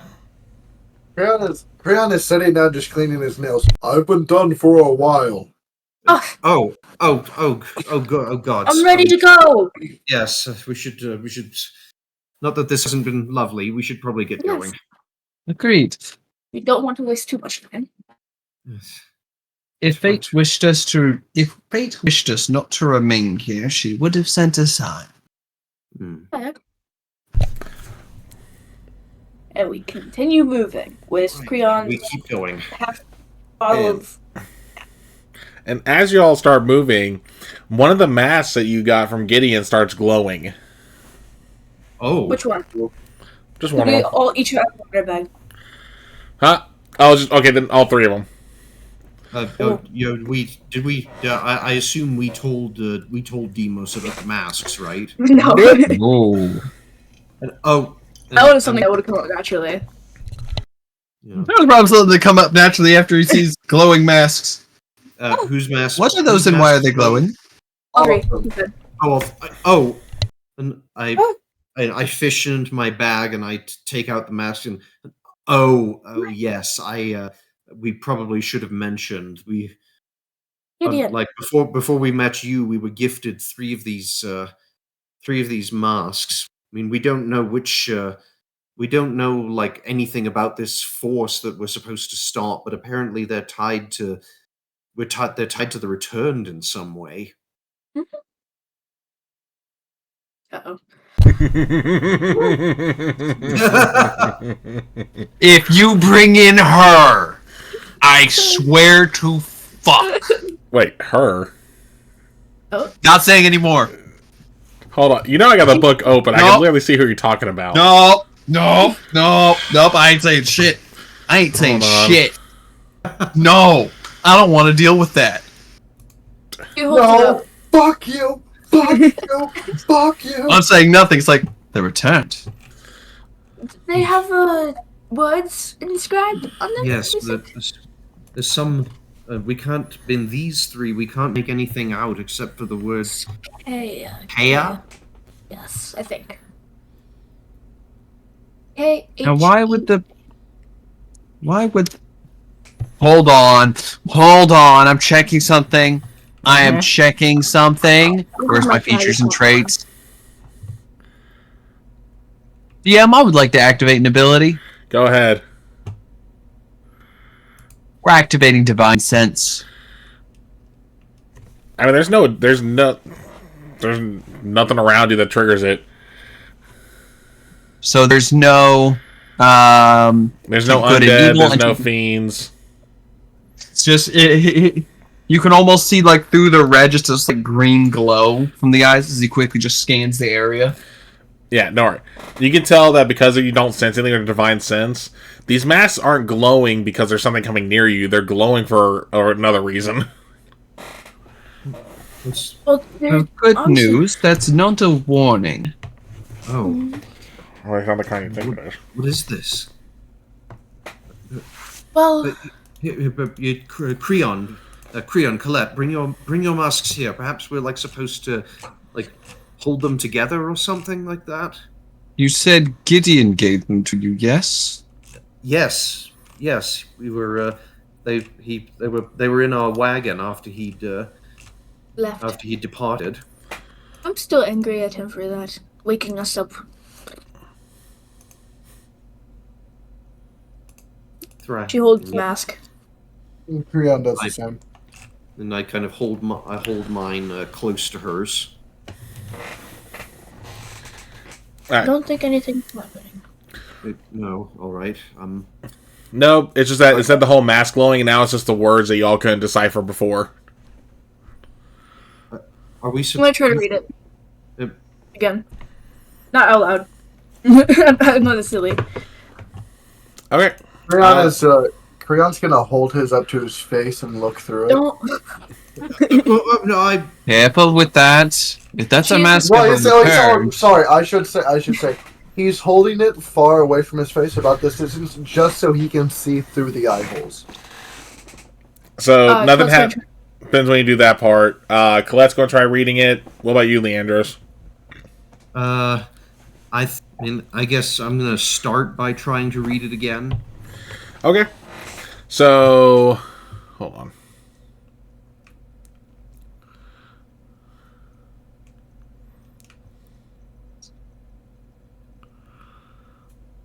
Go ahead and give me intelligence checks. Okay. Though I will say, for Colette, because this is going to be some very vague stuff that you probably want to learn in the woods, disadvantage for yours. Okay. And Leandros, because you studied in one of the most prestigious schools, you get advantage. Okay. That's 5. okay. So first one is a 15. Especially because you described your character as a bookworm anyway.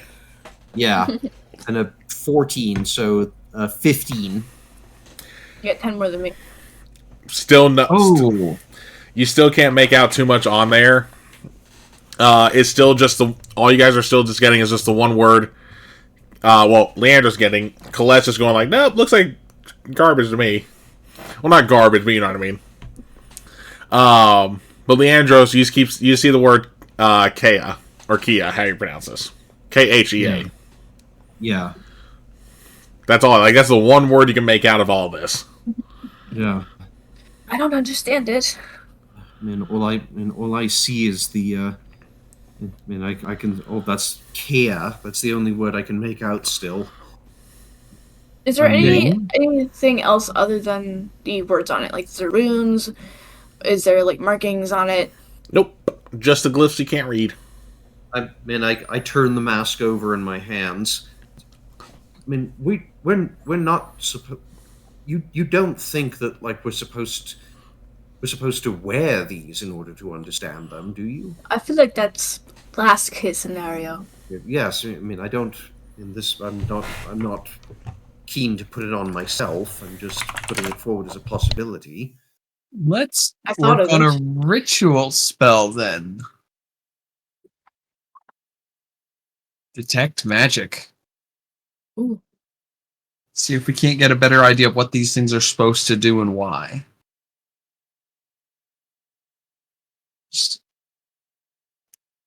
May I?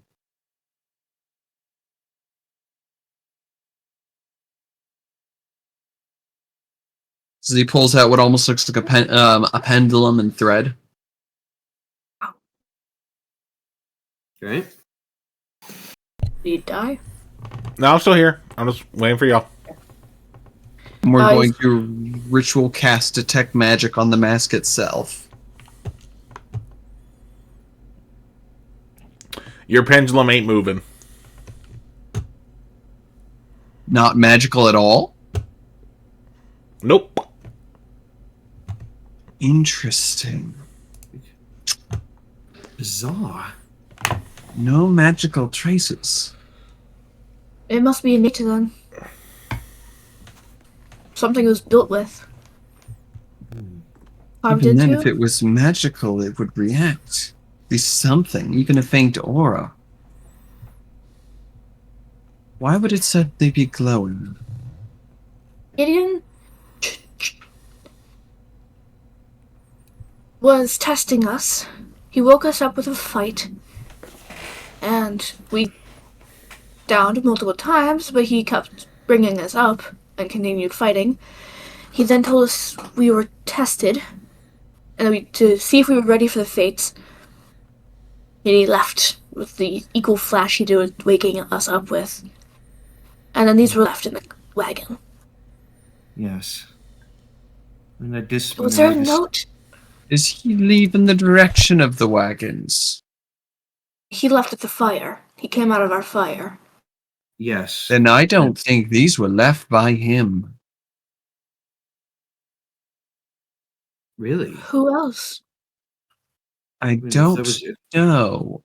if there Well, was me somebody and But else- if he had that much pomp and circumstance, why would he give it to you and tell you nothing about it? Leandros and me fought some things at a tower. Yes, there were returned. There were back when we were at Setessa. There were a few returned at this old watchtower, or an abandoned. No, it was an abandoned fortress. They- Just outside. We thought they were looking for something, but we had no idea what. This is before or after the masks showed up? Cool. Before. Much before. So, I guess wearing them is out of question if we are now suspecting who even gave these to us. I feel like something is escaping me. I'm gonna break character here. DM, am I forgetting? Did we get a note with the masks, or were they just dropped into the wagon? Well, no, it's after Gideon disappeared in his flash, they were sitting in the wagon seat. Seat, yes. Just there, okay. Yep. And they were just staring west, and again, the only word you guys were able to get out of it was even then was Kea. And are we still like are we traveling while this conversation is happening? I assume so. We wouldn't. Yeah, have I'm told assuming us so. Yeah. Okay. Cool. Just making sure we keep the pace moving. Yeah. Something feels off. Why would they suddenly randomly glow? Can't read Can I do a them. perception check? Sure. I'm going to do I'm going to do an Arcana check to see if I can think of recall any knowledge that's related to this. So I'm not sure if this will help any at all. Yep. But that's a squid. What? Oh, your dice, nat 20. And I got a dirty 20. I forgot it's your Kraken dice. I'm trying to see if I can get it to focus on it. I see it. I can see it. I There it can goes. kind of see it. Yeah. I don't have my glasses on. It's a squid. Yeah. Yep. So, for the nat 20 on perception, you don't notice anything off about these, just that it's literally just a gold funerary mask worn by Return. Not quite what I was trying to look to surrounding areas to see if there's anything you could see that, like, considering they had been moving, might kind of stand out.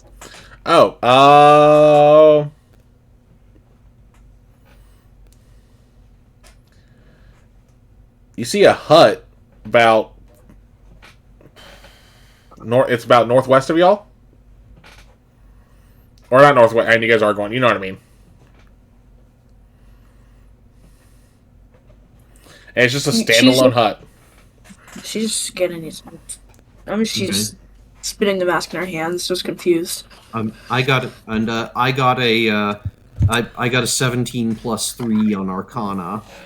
Yeah, so dirty 20 on Arcana. I mean, the only thing you think that would make these masks glow that would be related to that would be like if someone cast light on them, but as Detect Magic show, there's no magic emanating from these. Okay.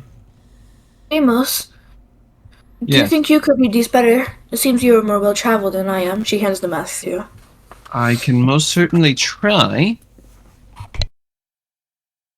What would I need to roll for that?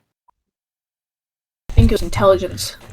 Yeah, it was intelligence if you were going to try and read the runes. Oh.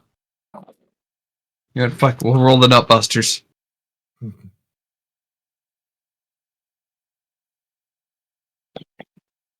Okay, good. Okay, not bad. It's good, because my intelligence is a +0, but that's an 18 on die. Okay, nice.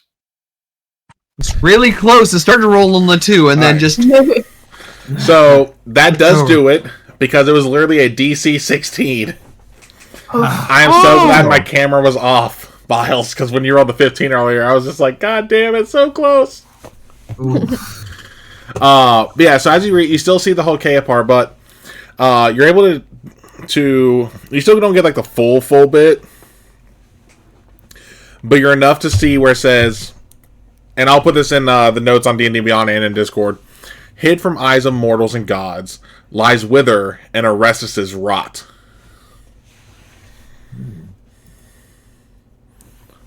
His eyes grow wide as he kind of puts it down, just... Oh. Yeah, put that in the D&D. In the, yeah, I want you that.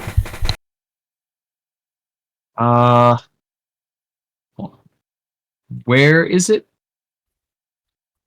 I haven't typed it yet, hold on. Oh, okay. Yeah, I'm copying and pasting that in my notes. Demos, you can...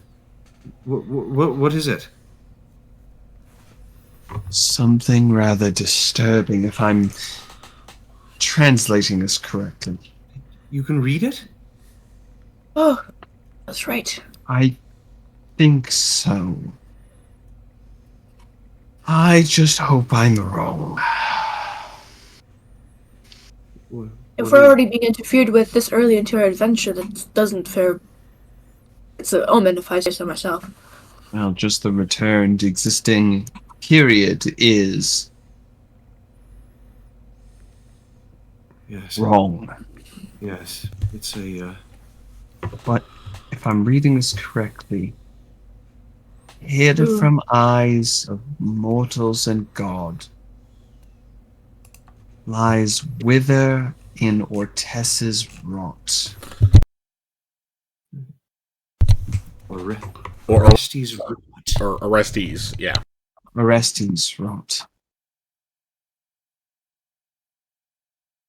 I'm making a history check. Go ahead. That's a 7. I was not expecting my dice to say, "Okay, you get this. This is an intelligence check."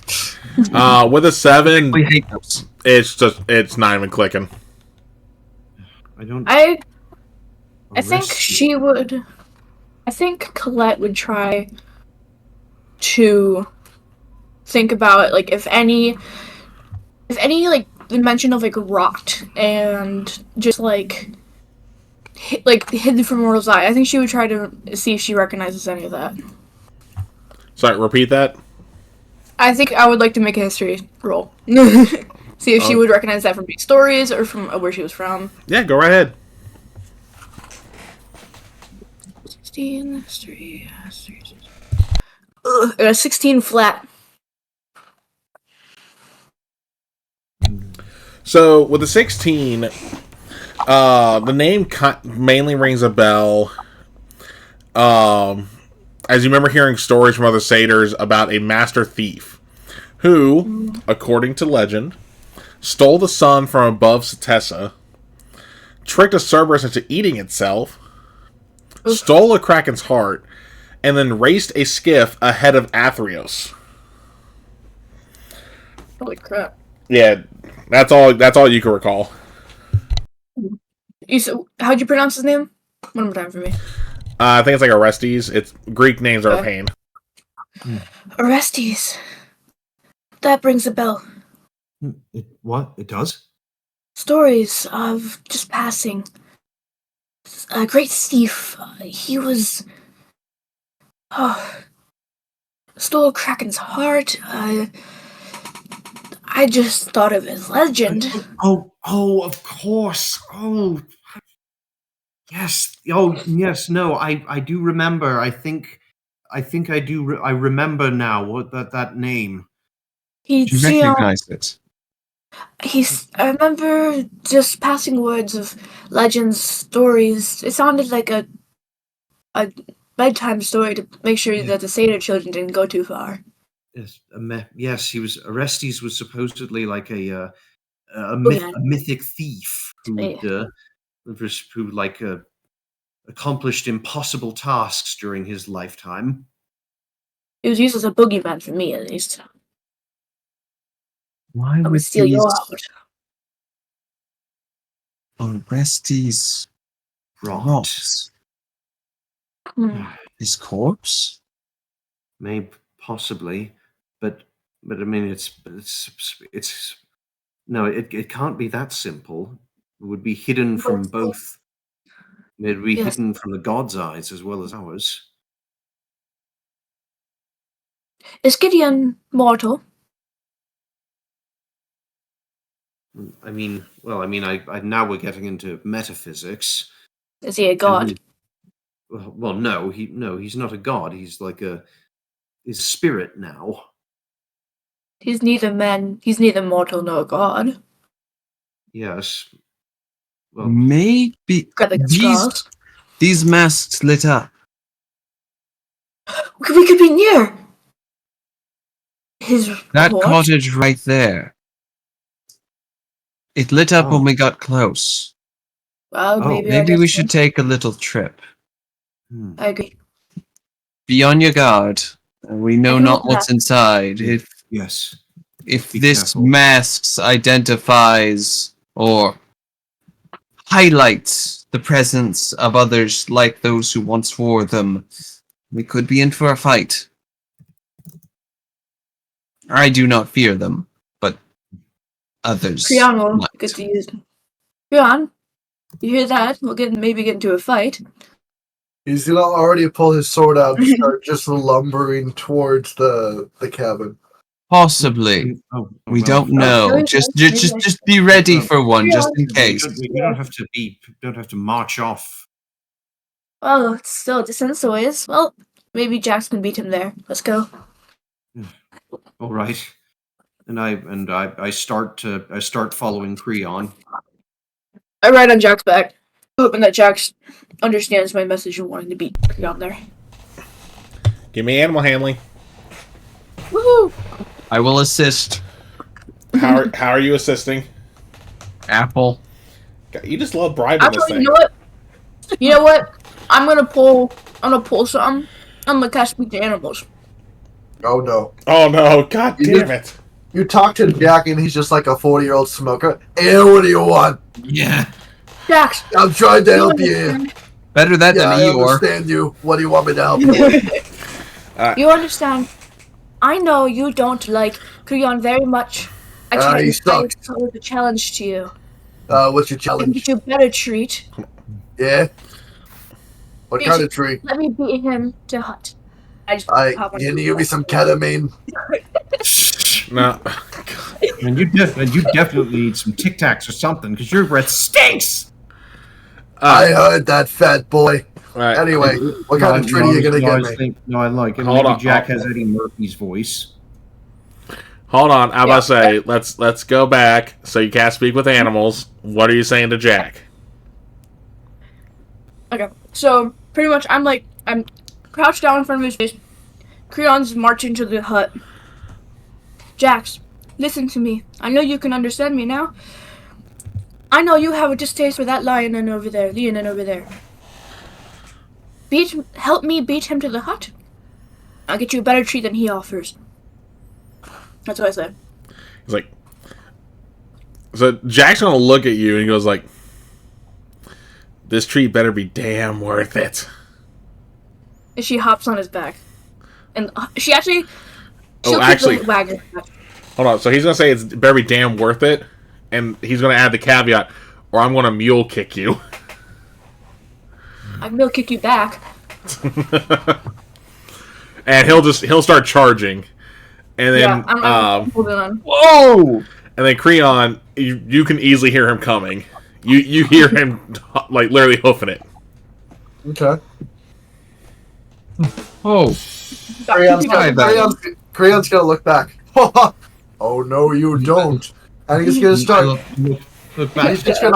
He's gonna put his I look sword back away and then just full tilt. No, Forest Mercy.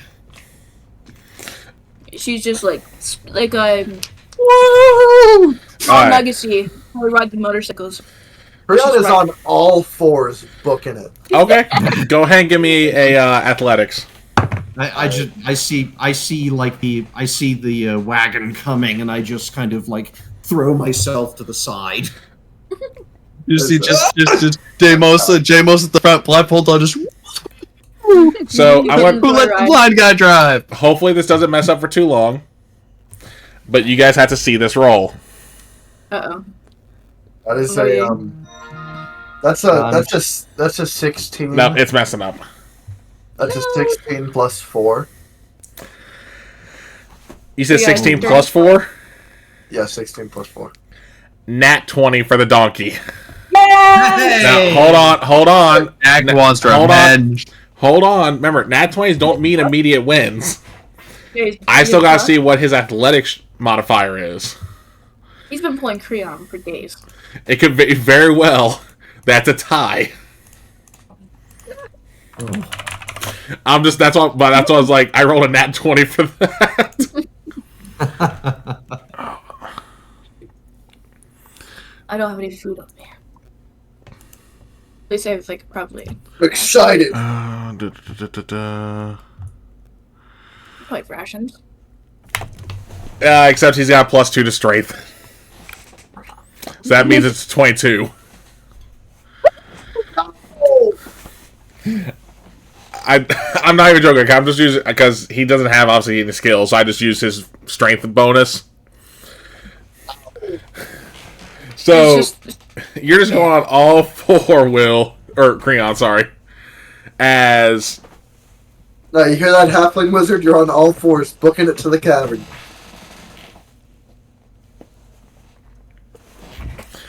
as you just see Jack catch up, and for almost the entire length, you guys are literally like, it's like that classic thing you see in like movies for horse races, where like the lead horse and the second one just go back and forth. Oh yeah. And he just gets his final bit of adrenaline, as I'm guessing Colette goes like, "Come on, you got this, buddy." So when you pick the horse. Yeah. Don't kick Jack. No, not full kick. It's the speed up kick. It's using the spur. It's like when you use the spur. Spur, yes. Like you tell to giddy up. She's her huff. But yeah, and then Jack just gets there, and it's not much. Like by the time he slows to a halt near the cabin, you're like 2 seconds behind him. It was a very close race. Well, even with your head start. Hey, is this in like I forget? Is this in like a field? I assume so. Then how tall is the grass? Like 3 to 4 inches. Oh, yeah. Okay, so not tall. Yeah.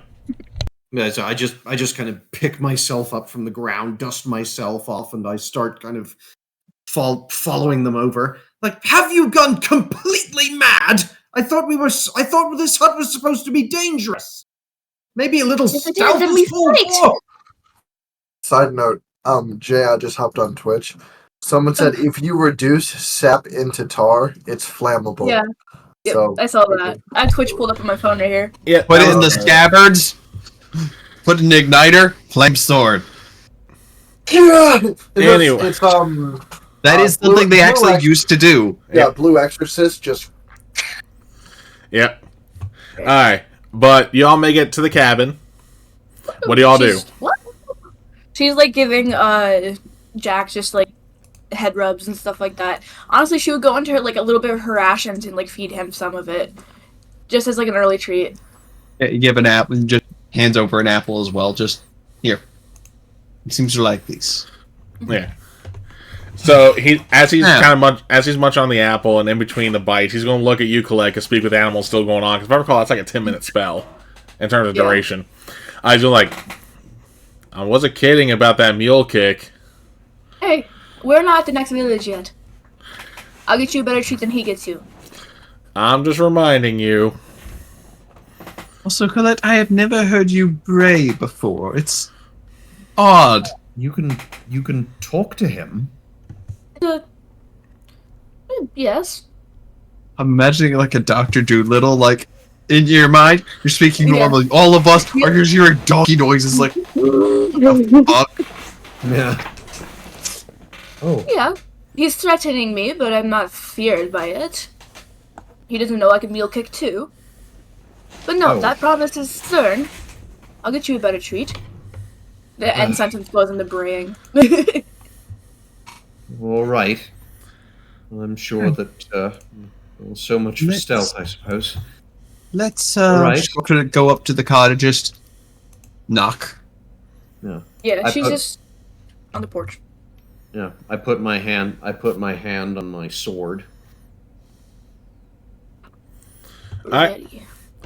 As the door opens, you just see this little old lady.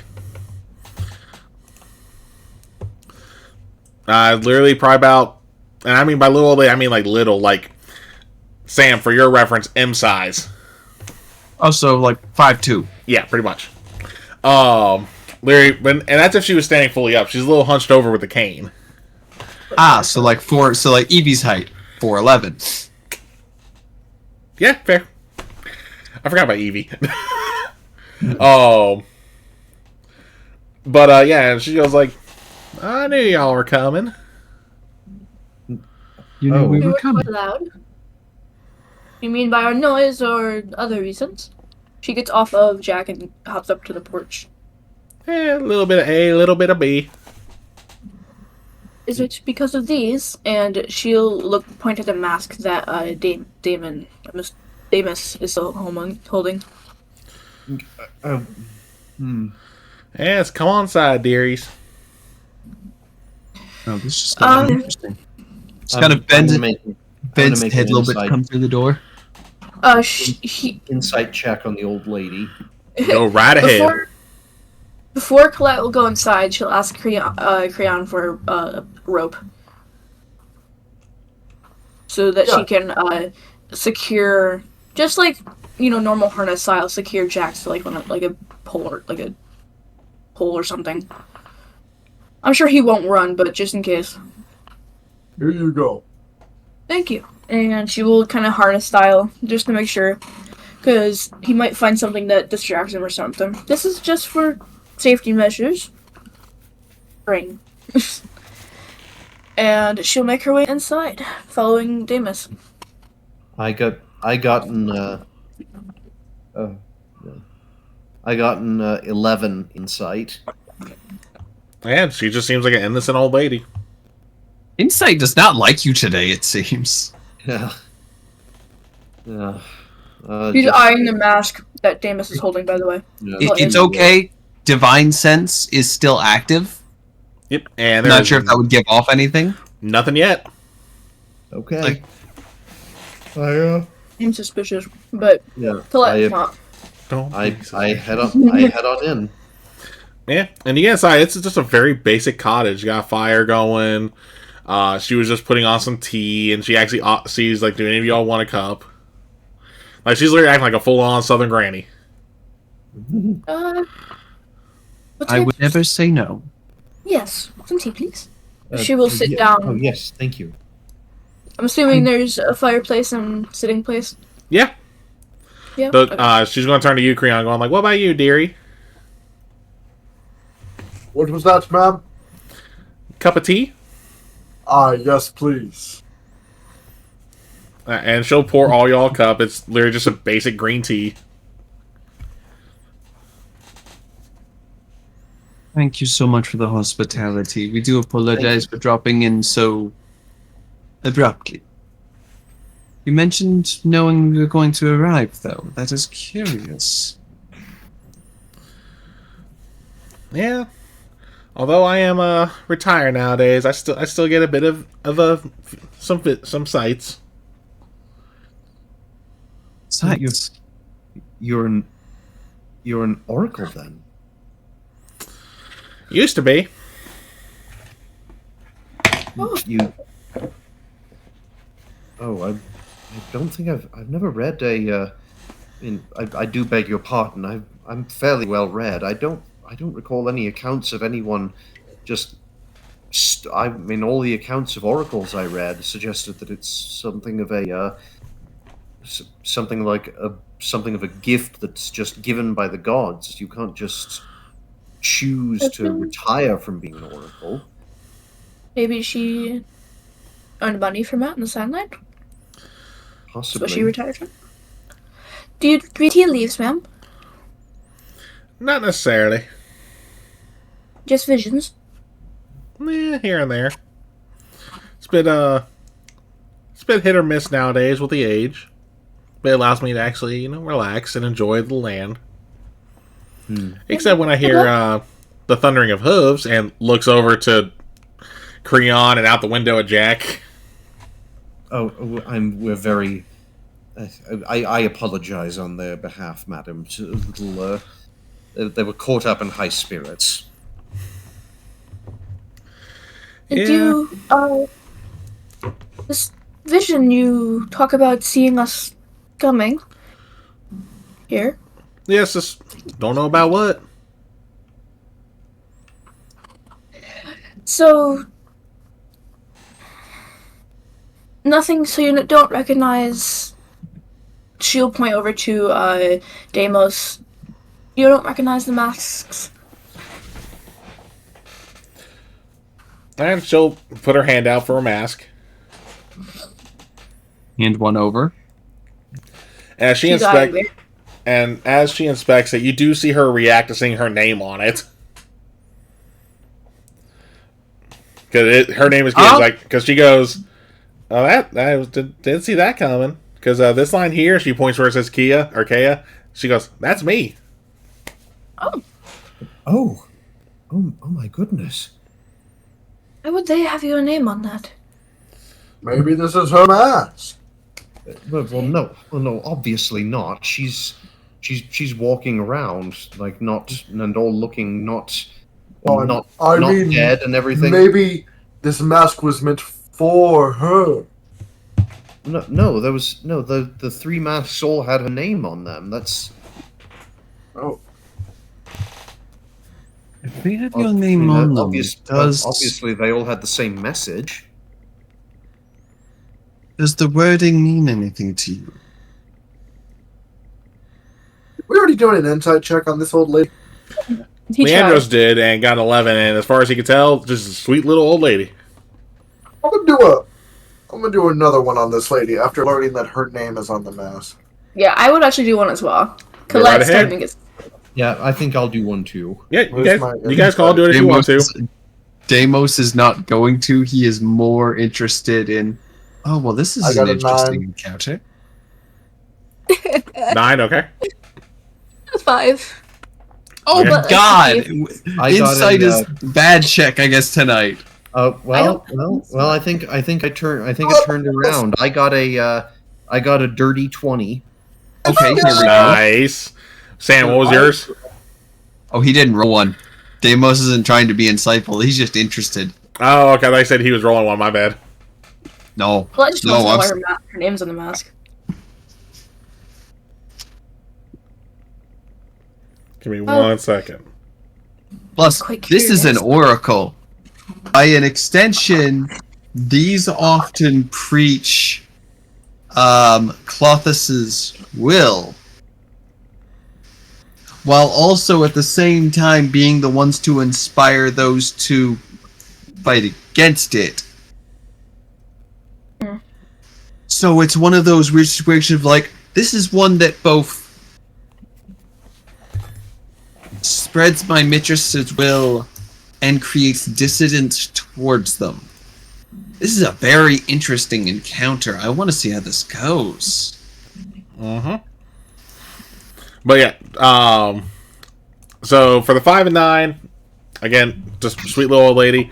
And with the dirty 20, again, yeah, she's just a very sweet old lady. She's not trying to hide anything from y'all. Okay. She is not luring you into a trap. This ain't, surprise, motherfucker, it's a Gorgon. This ain't one of those fights. I was thinking something that's not. I don't even think those creatures are in this campaign. I'm suspicious They of are. any of the ladies. There are Gorgons. You can do. Not Yeah. Gorgons. I was thinking of hags. Those aren't. I don't think they are in Theros. Anyway, There are Greek versions. Okay. yep. Like But, Cersei. I really would call Cersei a hag, though. She's a witch. Yeah. Yeah. Which was their version of hags. Yeah. Yeah, but when you hear hag, you think ugly, disheveled, all that. Coven. Yep. They're Anyway. Fae related. Yep. Yeah. They only appear ugly because they want to. Anyway. Oh. Yeah. But, Colette's just. Yeah, and then she ends up continuing to read the mask. It was like, well, I can see why my name was on here. I'm probably the only one who can really read this. Well, it's demonstrated. Part of it, at any rate. Yeah. Oh yes, the blind man read something. She just looks you up and down. Blind man. She just looks you up and down with a, guess you were lucky. I do believe so. But she'll read it, and the first part is still, hid from eyes of mortals and gods, lies wither and Orestes rot. But she will then continue reading, and she tells that the rest of it is actually technically unreadable because there are letters that have been removed. Oh. Same letters removed from all 3 masks. Uh-huh. So deliberate and not. Yep. Well, I guess it is up to the fates again, as we meet you, who can read it at least a little.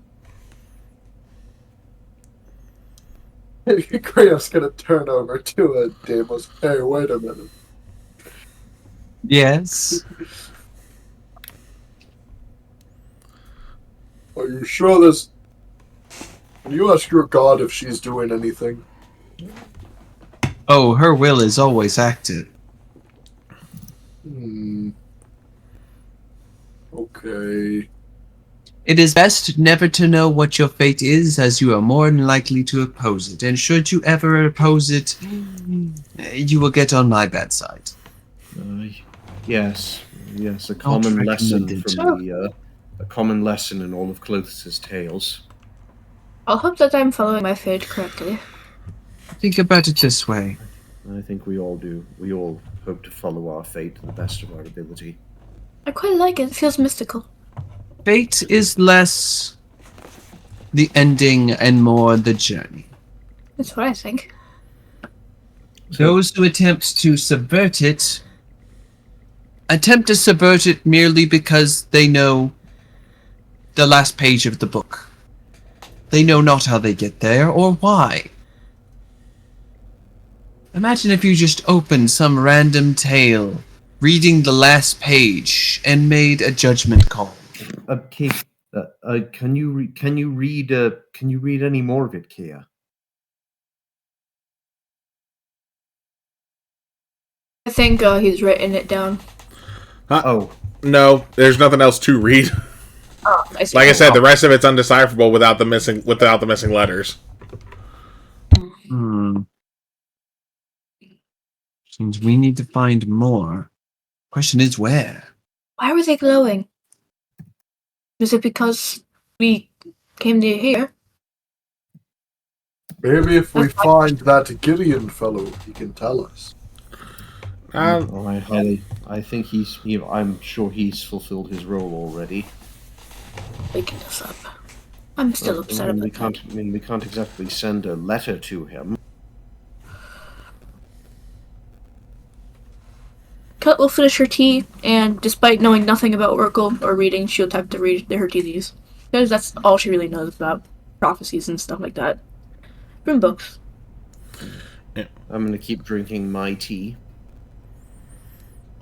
There was a name. Mm-hmm. Or tests. A satyr, a thief. Orestes. Orestes. Oh, and he was no satyr. He was human. Just a Human. thief. Yeah, very skilled one. He was actually one of Phoenix's earliest followers. Ah, yes.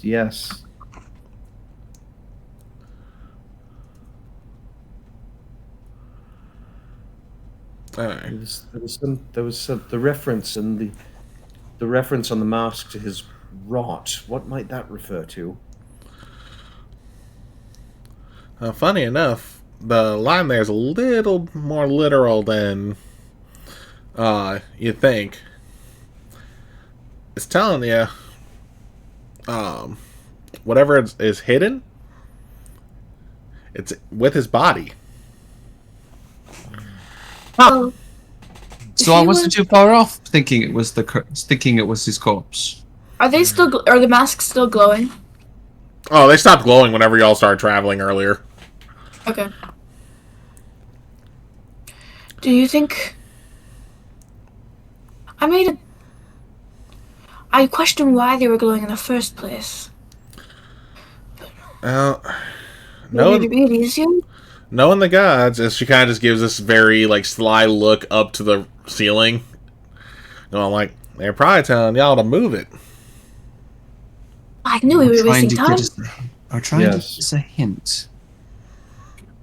Okay. Well, if our next destination is west, we were heading that way already, and we know more about our destination, we're trying to find the corpse or body of this Orestes, to find something that neither mortals nor gods can see.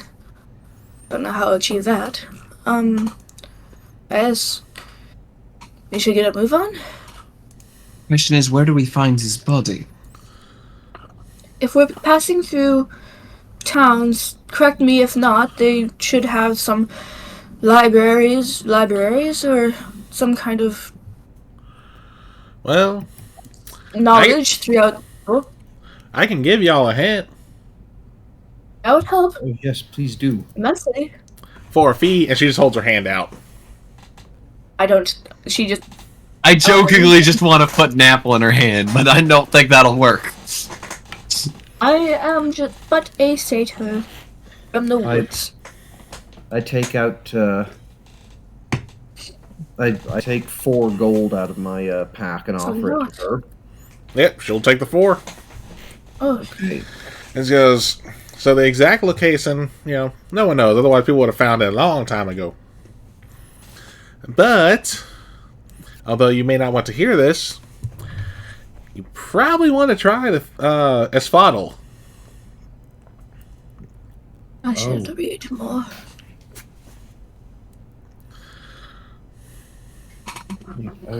Which, when you hear the name, if anyone wants to make an intelligence check, you can do so.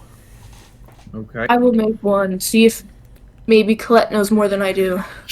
So that is I got a nat 1. That one, I have okay. 11. That's a 9. 9. I see it's on the coast with the map, but other than that, I don't know anything about it. Yeah. Not really coast, but...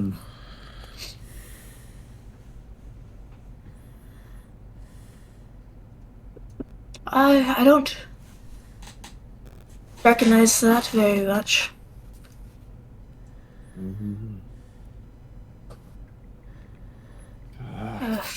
Can't remember. Why can't I remember? I'm sure we can get directions there. I mean, west is a vague direction, but asking people as we make our way. But thank you, nonetheless. I don't recognize the name. No, I was gonna say because Will, were you having Creon roll or not? Sure, I'll have Creon roll. Okay, that's what I was waiting. I didn't know if you were or not. That's why I wanted to wait before I said the results. Fuck, that's a nat 1. Nope, we know nothing. Nat about this. ones. So the three of y'all are just really enjoying your tea. It's probably the best green tea you've had in a while. Though Leandros, you're probably also having to deal with your little tumble earlier. Yeah. But Colette, with your 11, you don't get too much info. All you remember, especially as you spent time around like Satessa and stuff like that, was that it's pretty much a dead land. And I mean that in a literal sense. Like, that is... You hear people saying to avoid it because there's a lot of return there. Oh, I remember. It seems, with the masks, there's a lot of return. It's a dead land. In the literal sense. That is what you're talking about? That's the one. Oh. Well, you talked about getting into a fight, making our way there. The best approach would be, avoiding one. Yes, quite. We are to face returned. I faced them without fear. No, I agree. I'd rather not be there, but I'd rather not be outnumbered. No. We've only ever fought 2 before. I'd prefer not to press our luck. Well, when you say that, Deimos, about the whole facing with fear, hold on. What's up, Face it without fear. Or without fear, yeah, sorry. Where the fuck is it? There we go. The cameras. No, not the cameras. No. I'm not someone weird, am I? Nope, you're still you. Oh, I'm still me. No, it's just... Oh, no. It's me and, Miles swapped. Everyone else stayed. Bard is DM now. I was, I just turned it off for a second to stretch. You're fine. You're chill. I'm starting to feel a little tired. Don't worry. Yeah. We're getting there. Hold on. I feel it. Where the yeah. is he? Yeah, it's about quitting time, don't you worry. Yeah. Don't worry. We've been given the next direction that we need to go to. So Yeah. we'll be able to go there in about 4 months. We're going to a necropolis. Yeah! Hey. No, you're not going to a necropolis. You're getting close to one. Fuck! No, it's I remember reading about that in the Theros book. It's kind of more like more bad. It's more Badlands. Nothing so grand. Yeah. We're not going near the Where mountains. is the thing I'm looking for? Oh, cat! Yep, I it's saw him Bean. talk. She is gracing us with her presence. Yes, she is. Hold on. Oh, that's right. I actually had to go to the part of the book for that area. Yeah, Teddy would never. She's leaning. She's leaning against my hand for scritchies, while also leaning her butt against the back of my neck, and purring very, very loudly. Yep. Here we go. Yeah, So when you said that you face him without fear, she looks at you and reminds you, going like, "Don't forget, Timoret runs those lands." Oh, Wait, what was the name of that one name again? Timoret or Timoret. I don't know. It's you know how Greek names are. Timoret. Yeah. You can do an intelligence roll. Yeah. I'm doing an intelligence roll in real life. 1 second. I, the player, know 17? who this is, so I think probably Leandros would too. You said what? 17? 17? Okay. No, I heard you, Miles, how you said how you know, so Leandros should know. Yeah. But I was going to say, I used to try to avoid that part, but I'm saying with how often Leandros was studying, you would definitely have learned that name anyway. Yeah. Well, you automatically know. Awesome. Yep. 17, what was your roll, Colette? I didn't roll. Oh, you didn't? Okay. I was playing IRL. Oh, my bad. I thought you said you were rolling. And then, Creon, are you rolling or not? Nah. Okay, cool. So, Deimos. I'm really hard to repeat these. Yeah, so Deimos and Leandros, when you hear the name, I want both of you to give me a wisdom save real quick, since you guys do know. Oh shit. So I'm proficient in those. I'm a like. You say that. I got a 15. Okay. So that is a 14 plus 3 for 17. Yeah, you're both good.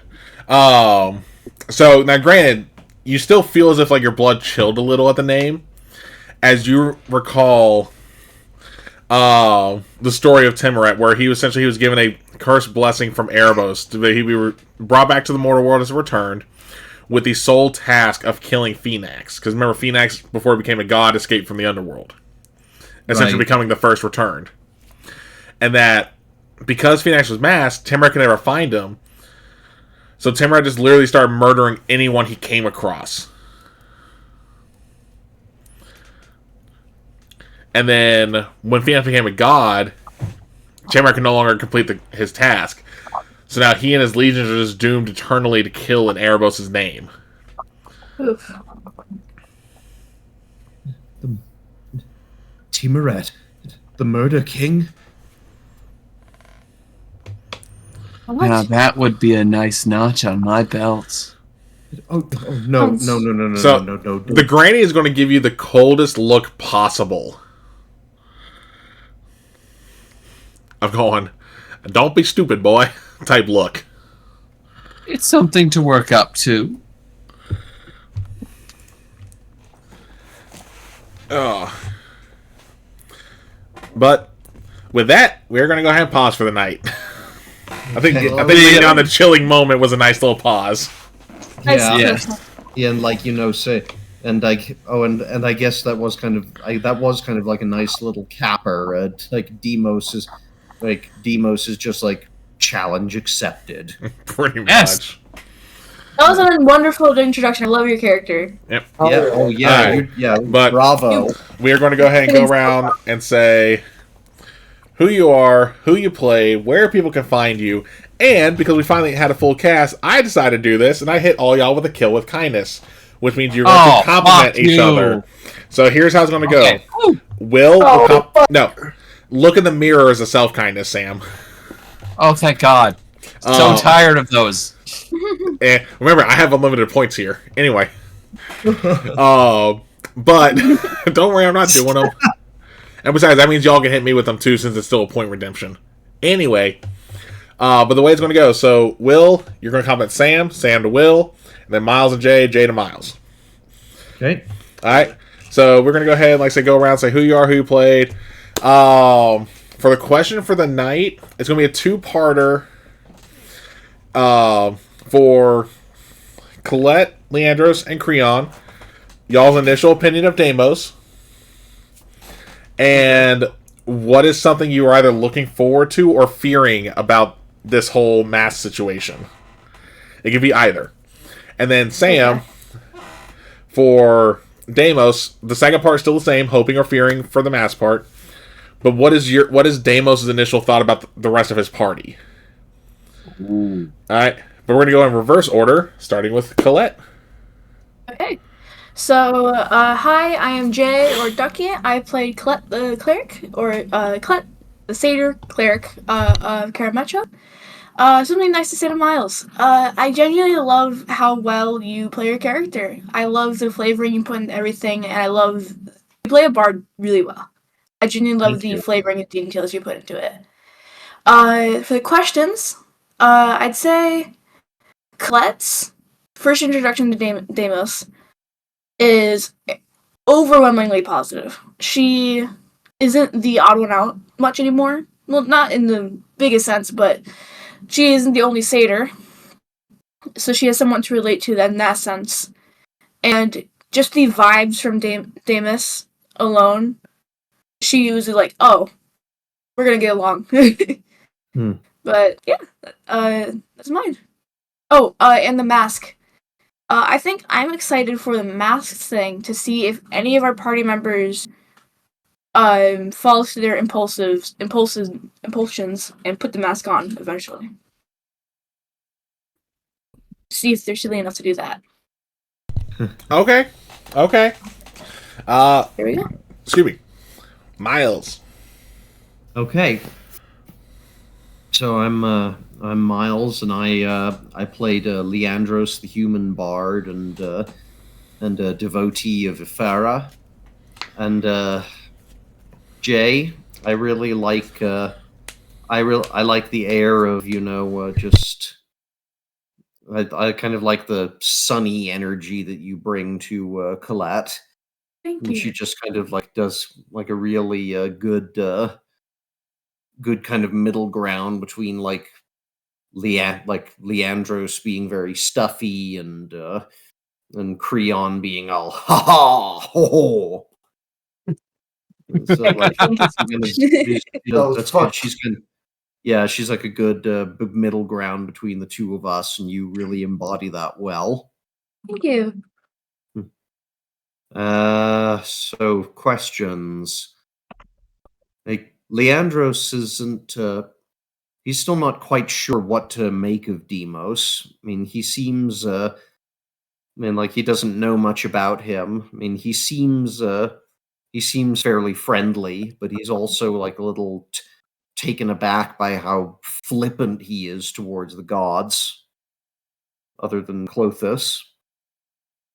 And for the masks, I mean, he's like really interested in finding out. I guess like on the one hand, he's like really scared about the prospect of going into Asphodel and like confronting like a legion of murderous undead. But on the other hand, he's really interested in finding out what the deal is with these masks. Like he wants to know what the missing information on them is. Okay. Will?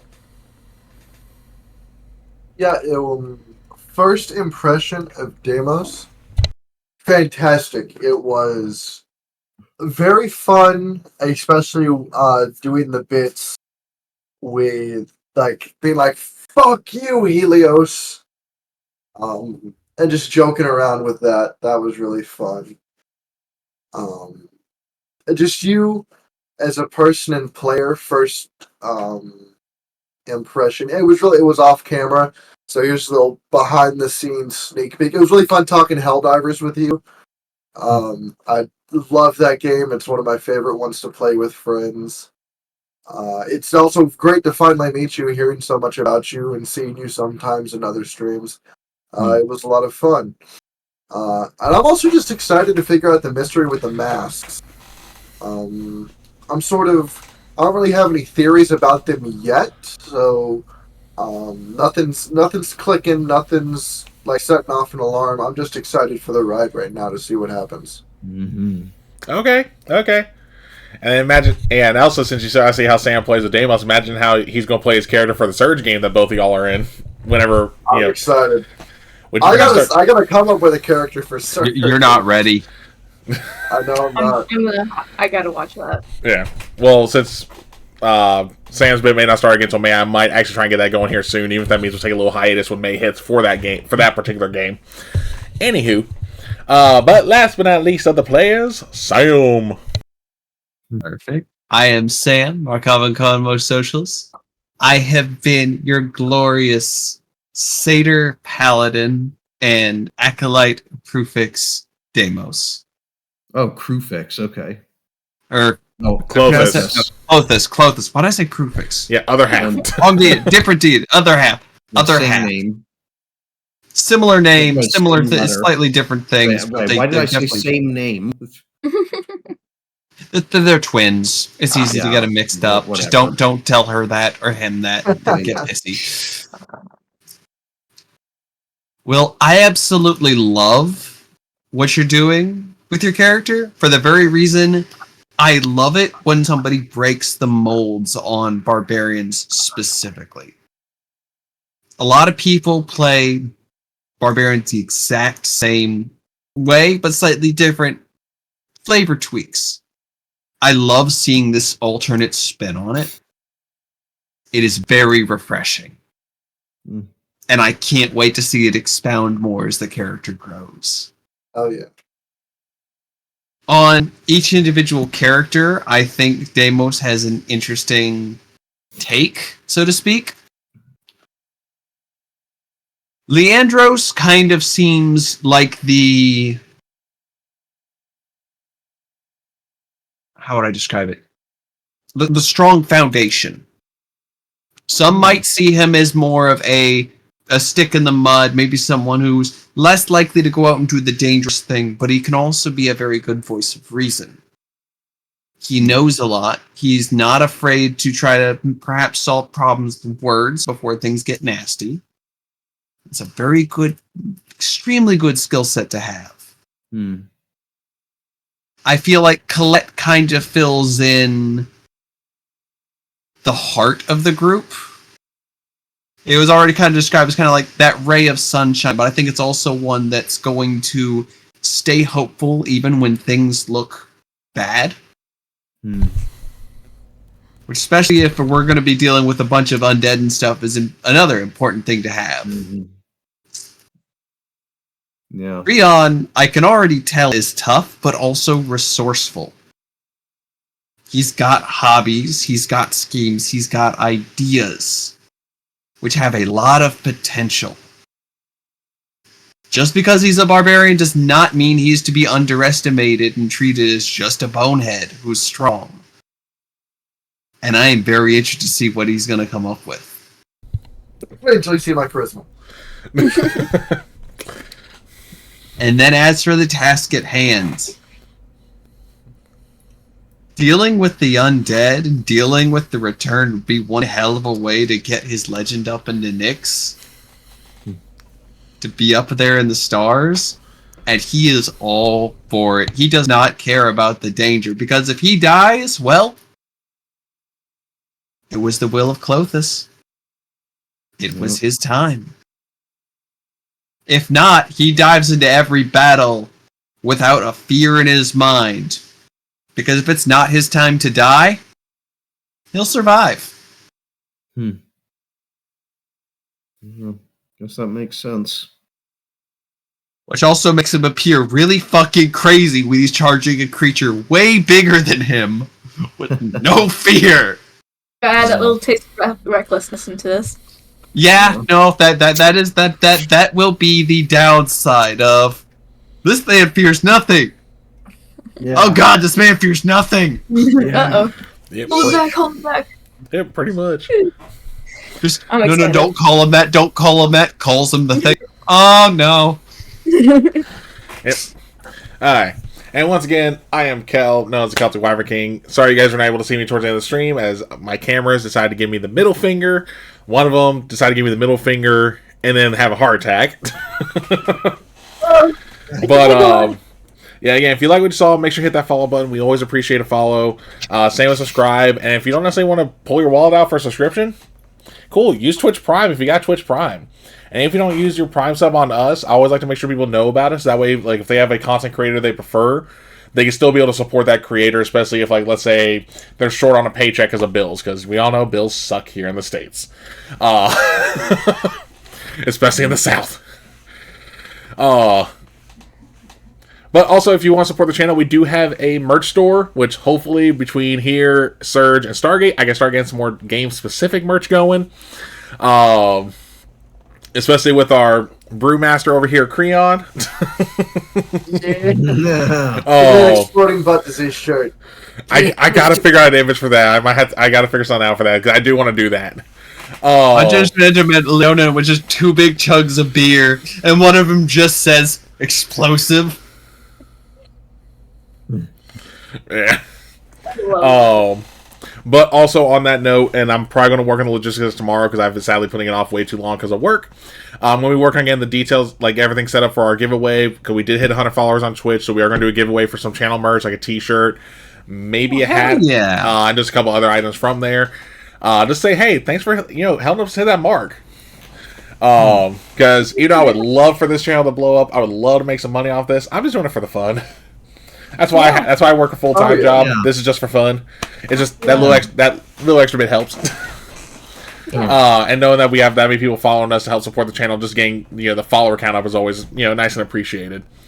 But you can find me every Monday over on Halfling Wizard Productions for either Orlea Origins. Excuse me. Where I play Kieran, the ASMR lore bard, who he did not have a fun time last session because he got killed by raccoons and then met his parole officer.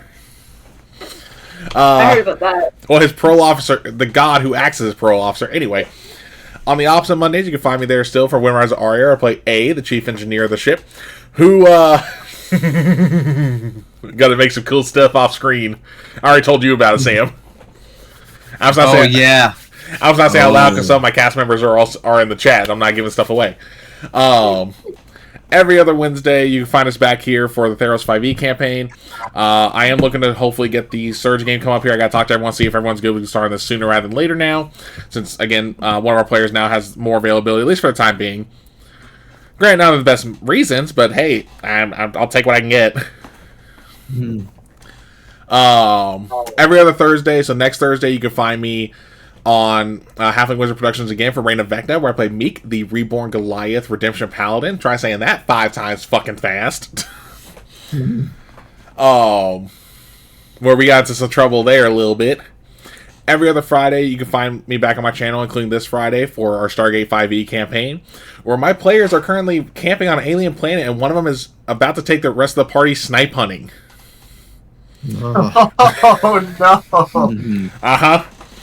Because only one of them is from Earth. The other 3 are aliens. One's a Jaffa, one's an Abadonian, one's essentially... Fuck. I forgot the Viking planet. One's a Does fuck. that count? Damn. Does that count as extremely racist? I mean, it's funny as shit. But yeah, but they are going to snipe hunting or someone being called a fuck? Yeah. Snipe hunting, taking non-humans snipe hunting. No, they're sounding a fun joke. Okay. I mean, it's still funny as shit. Oh, yeah. No, it has been. And then on the opposite Fridays, though, won't be for a bit, you can find me on Dinner and a Game for the Walking Dead TTRPG we've been running there. We are taking a bit of a hiatus because, 1, we finished Season 1, and 2, other stuff going on IRL for a lot of players, or a lot of people involved. So we have that. And then also, before I forget, this upcoming Monday, February 3rd, instead of the normal Orlea Origins game, we will be running a charity one-shot. This charity one-shot is going to support... hold on. I need to pull it up so I can remember the name of it so I don't get the wrong name. Ooh, excuse me. I should have had this pulled up already, so whoops. Freedom Service Dogs is the name of the charity. Essentially, they help veterans get access to service dogs to help them rehabilitate and just be able to do whatever services required for that person. And it's actually a crossover charity stream. So my Stargate players are going to somehow end up in a D&D 5e world. Excited. So they got to go from guns to melee. Yeah. Which is going to be really fun on that part. Everyone's been looking forward to this. We meant to do it last month, but sadly had some IRL stuff get in the way of that. Because IRL always comes first. Yeah. Agreed. And then, am I missing anything? Nah, that should be it. So we will catch you next time. Make sure to stick around as we go fly into another stream and raid them. Just don't breathe any fire, please. Or do. Sam, no, bad. I need to come up with a bad emote for you. No fire. Pyro. All right. But pyro. Have a good night, y'all.